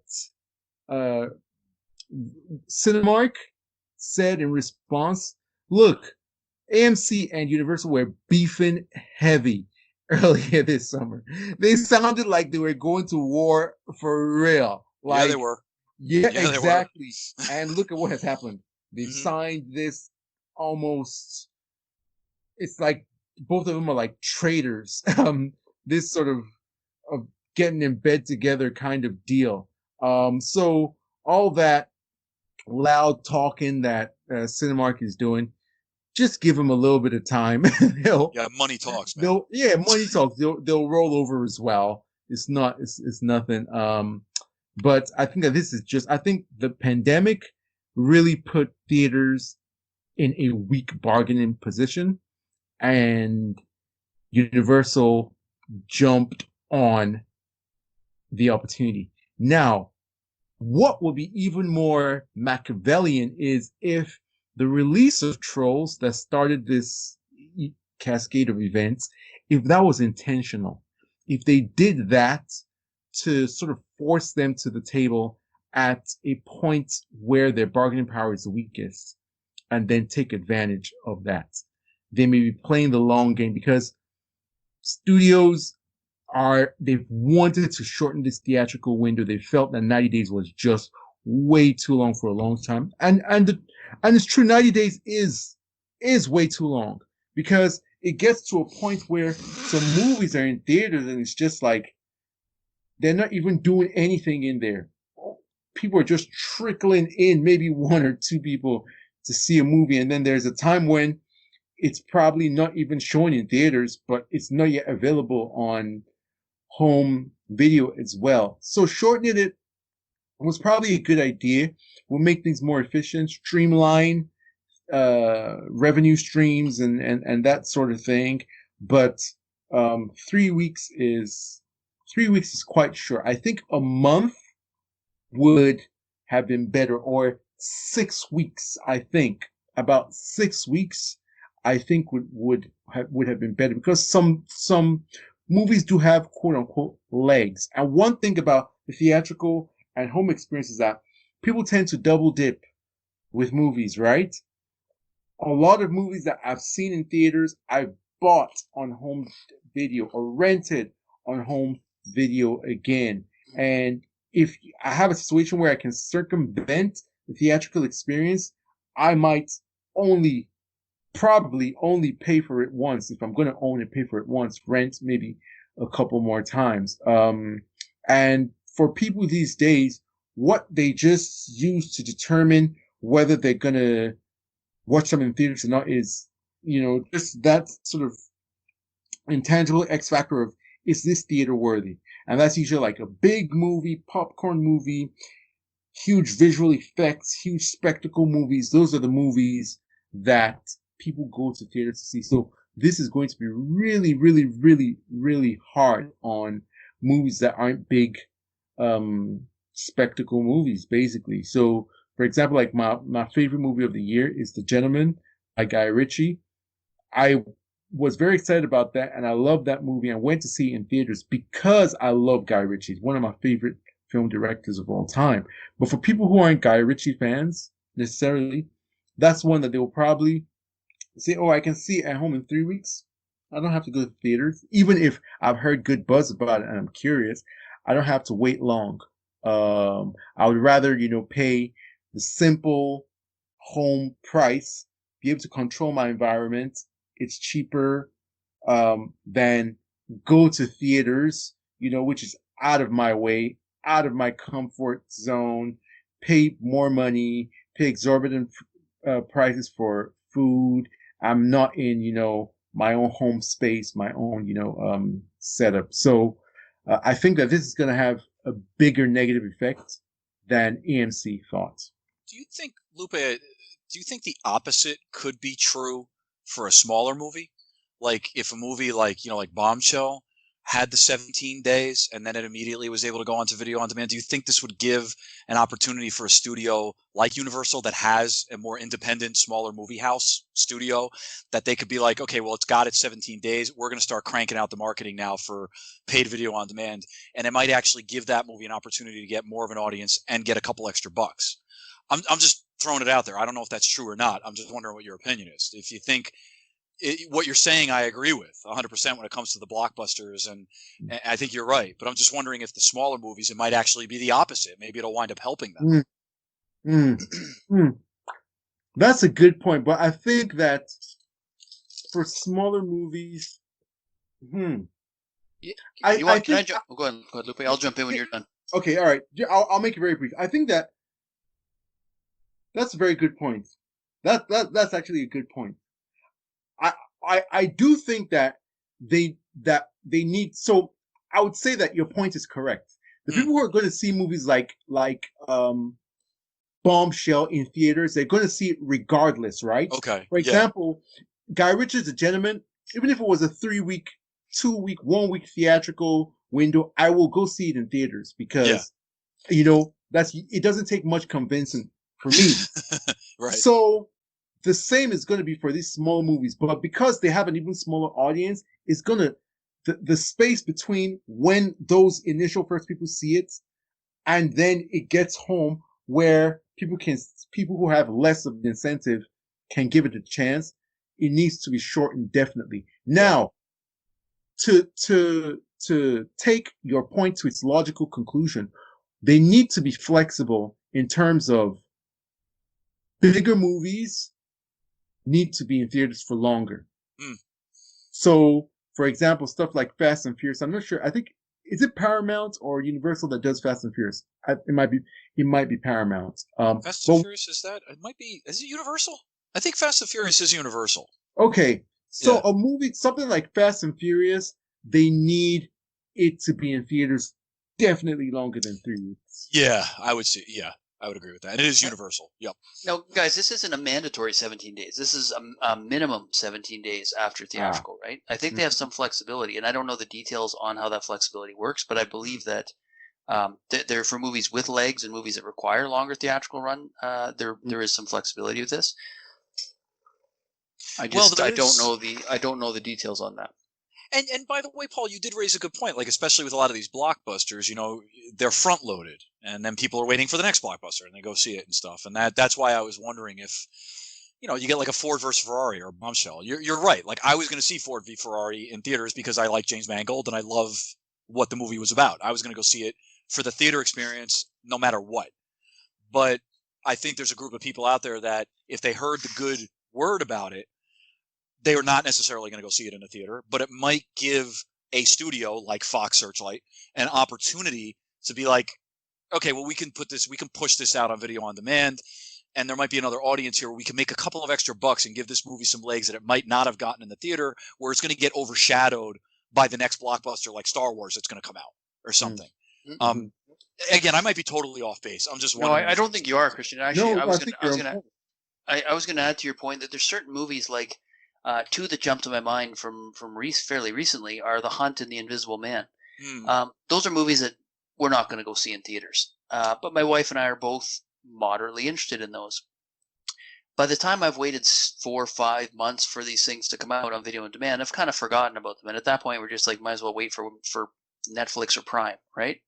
But if I had access to these movies 17 days after they came out in theater and we were still interested in them based on the marketing, right, and we don't have to find someone to watch our daughter, and we don't have to worry about being too tired to go out, finding a night where we both have the energy to go out, and we're not too tired from work and life, and have got someone to watch our daughter, and we're not worried about how much money you're going to spend, to drop $29.99 on one of these movies for two of us to watch is a much more palatable proposition than all of the expense and hassle that comes with trying to get to the theater for one of these small to medium sized movies.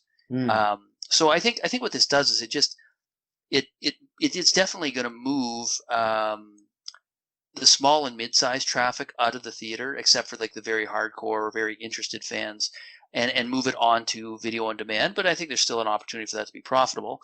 And I think for the big blockbuster effects films, the escape films, people are still going to want to see that on the big screen, right? Not everyone has a 120-inch screen, right? Like it's, there's still a market for that, and the theatrical sound. But also on the other hand, there's some people that are just fed up with the theater experience, with the cell phones and the talking and the sticky floors and the overpriced food. Like some people are just getting sick of that. I mean, myself included. Sometimes you like I know, and I think Lupe, you said it before. I go out of my way to go see movies at times that I know will be less crowded because I don't want people around. I just don't. I just don't want a full theater at all when I see a movie, because the more people you have, the more opportunity for obnoxiousness, right? And I don't think Canada is nearly as bad as some of the horror stories I hear from the U.S. But even so, I don't need an audience around me to enjoy my movies. I want peace and lack of distraction, and so for me that actually does open up a new avenue for spending where I would normally wait for streaming for these smaller to mid-sized movies, and the big blockbuster ones, if I can get to them, I'll see them. But if not, I'll buy them on video on demand. And to your point, Lupe, would it make me neglect the theatrical experience in order to just buy it once?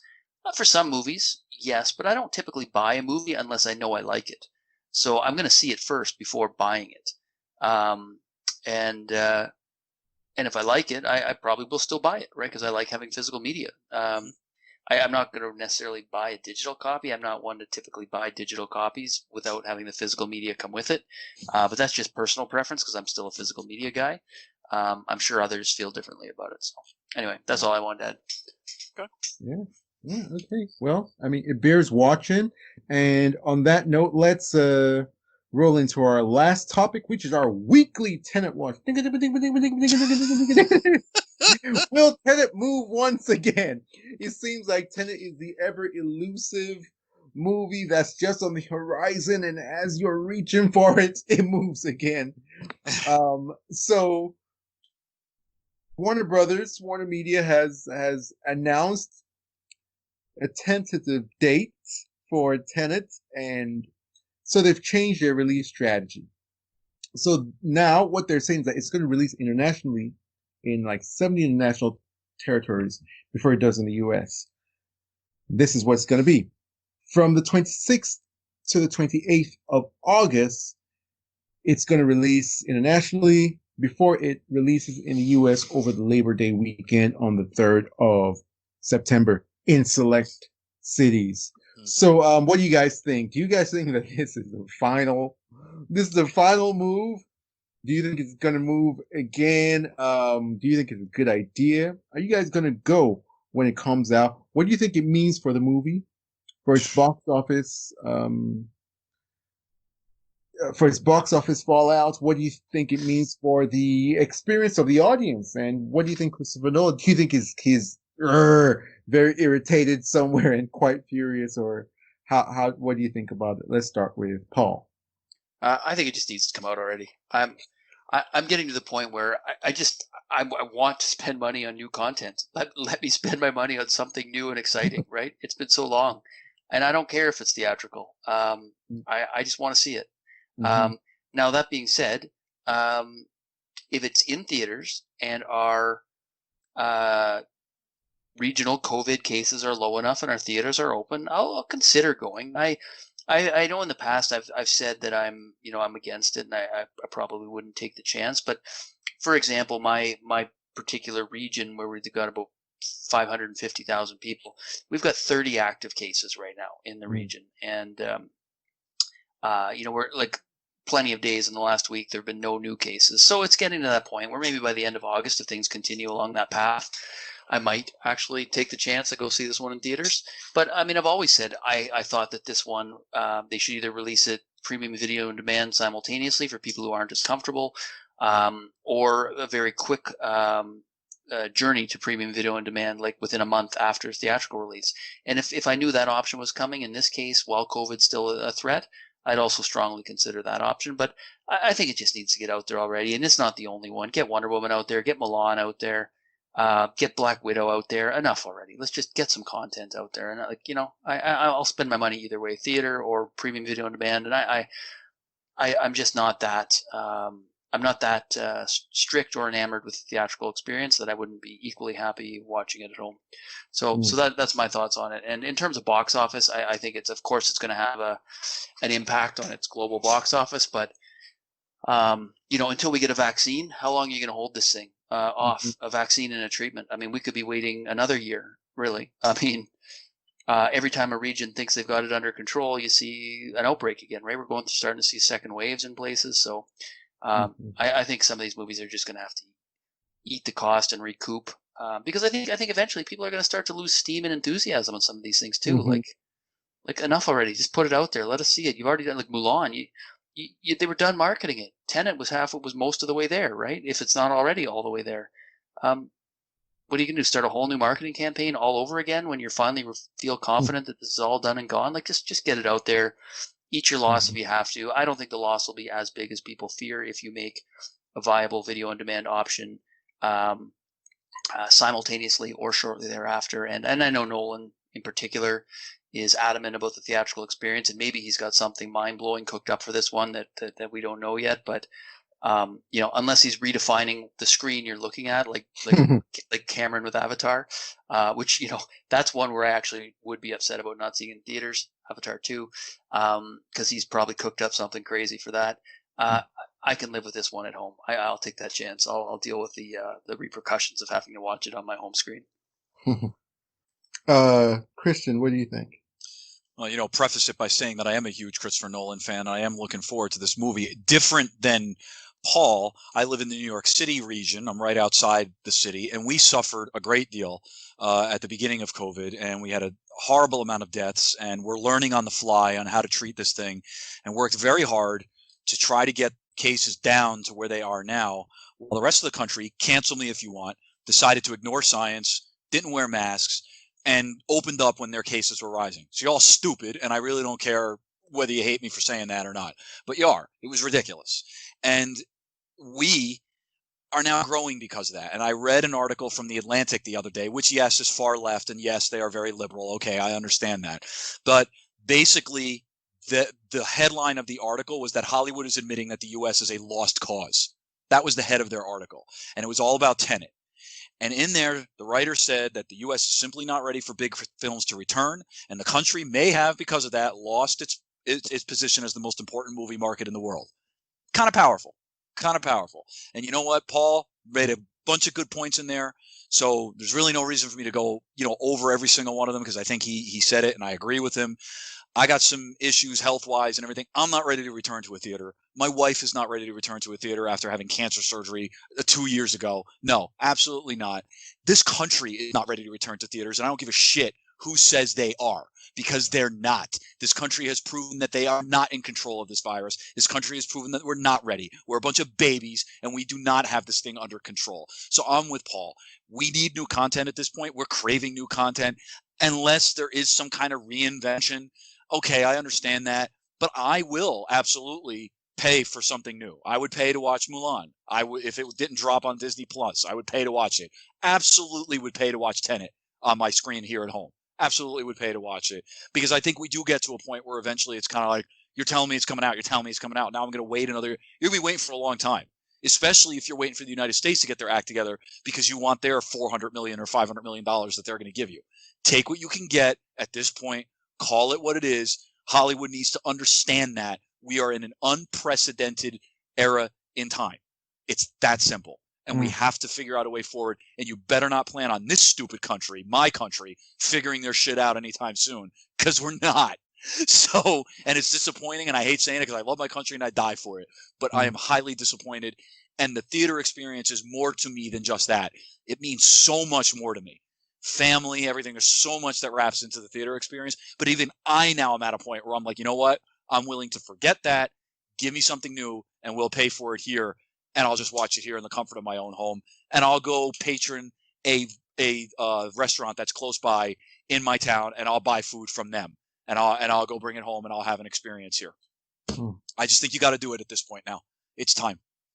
I don't know what else to say, and I'm sorry that I got passionate about that. I'm so disappointed right now in where we are, and it's scary, sad, and they're ruining everything that we did up here in the Northeast. They're killing it all. I'm sorry. Yeah, I mean, it's worthy of being passionate about. I think in terms of, the big headline is, Tenet is going to release internationally before domestically. It's like, it's not even that many days. Like, yeah, I don't know what people are tripping for. There's no. Well, it's limited U.S. release though. It's not full U.S. release, right? Because U.S. is like limited cities is what it is. Yeah. Select cities, quote unquote. They said.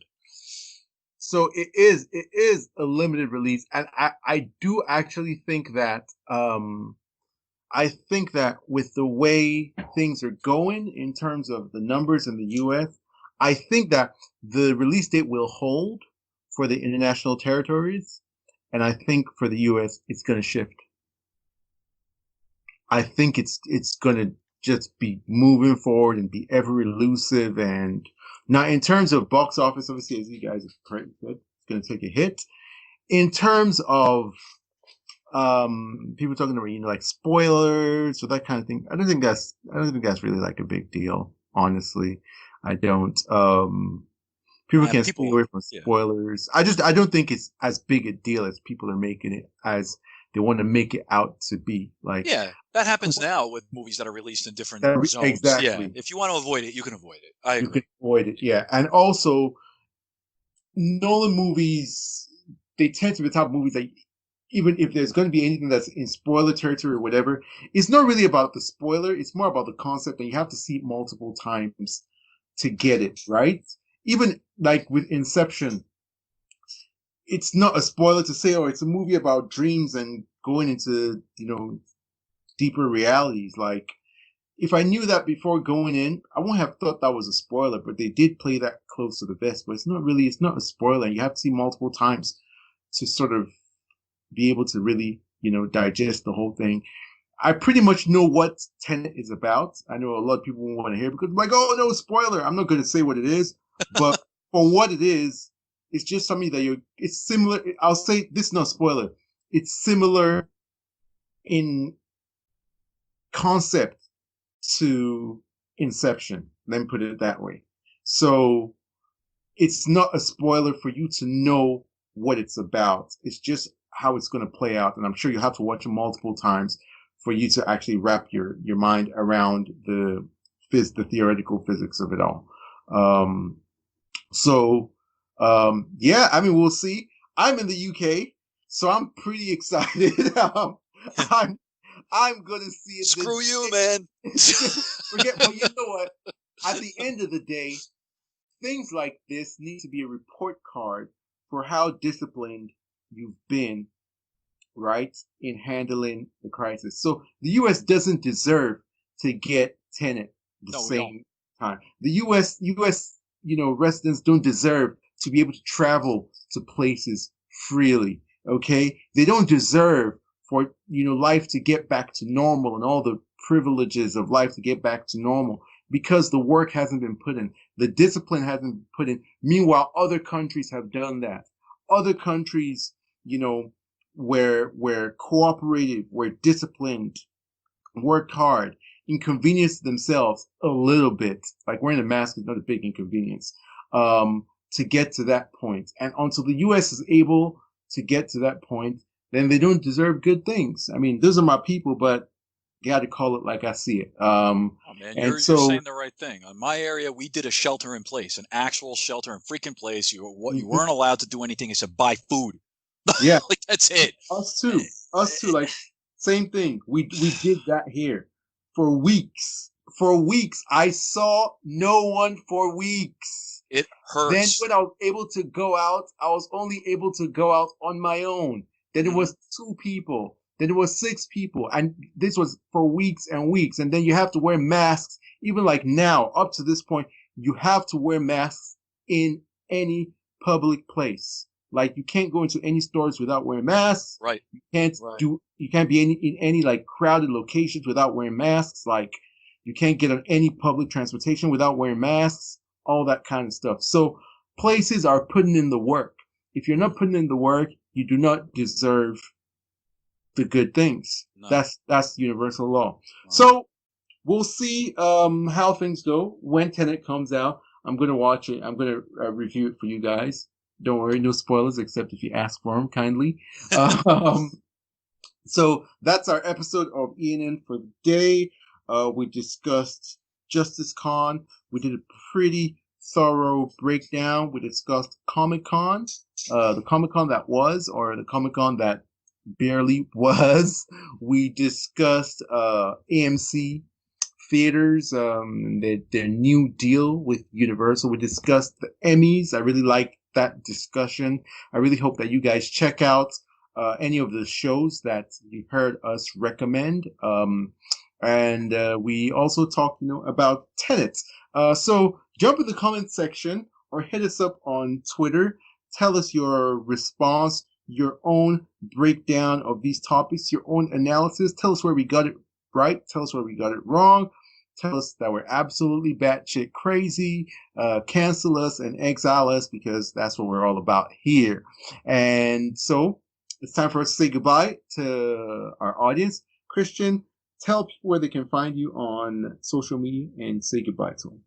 You can find me on both Twitter and Instagram at chart6363. Please, everybody, stay safe, stay healthy. I got myself all pissed off, but the reality is I just want you to all stay safe. Just take care of yourselves. True. Agree. And Paul, a.k.a. the other Christian, a.k.a. a.k.a. super positivity man. I did my best, Lupe. As always, you can find me on Twitter at _Paul_P. Nice. And I have been yours truly, Lupe. You can find me on Twitter at Live Love Lupe. You can find me on the various social media app at Live Love Lupe. You can find our collective, the Film Exiles, on Twitter at the Film Exiles. And you can also find us on the various social media app at the Film Exiles. This has been ENN number 37. Till next time, stay exiled.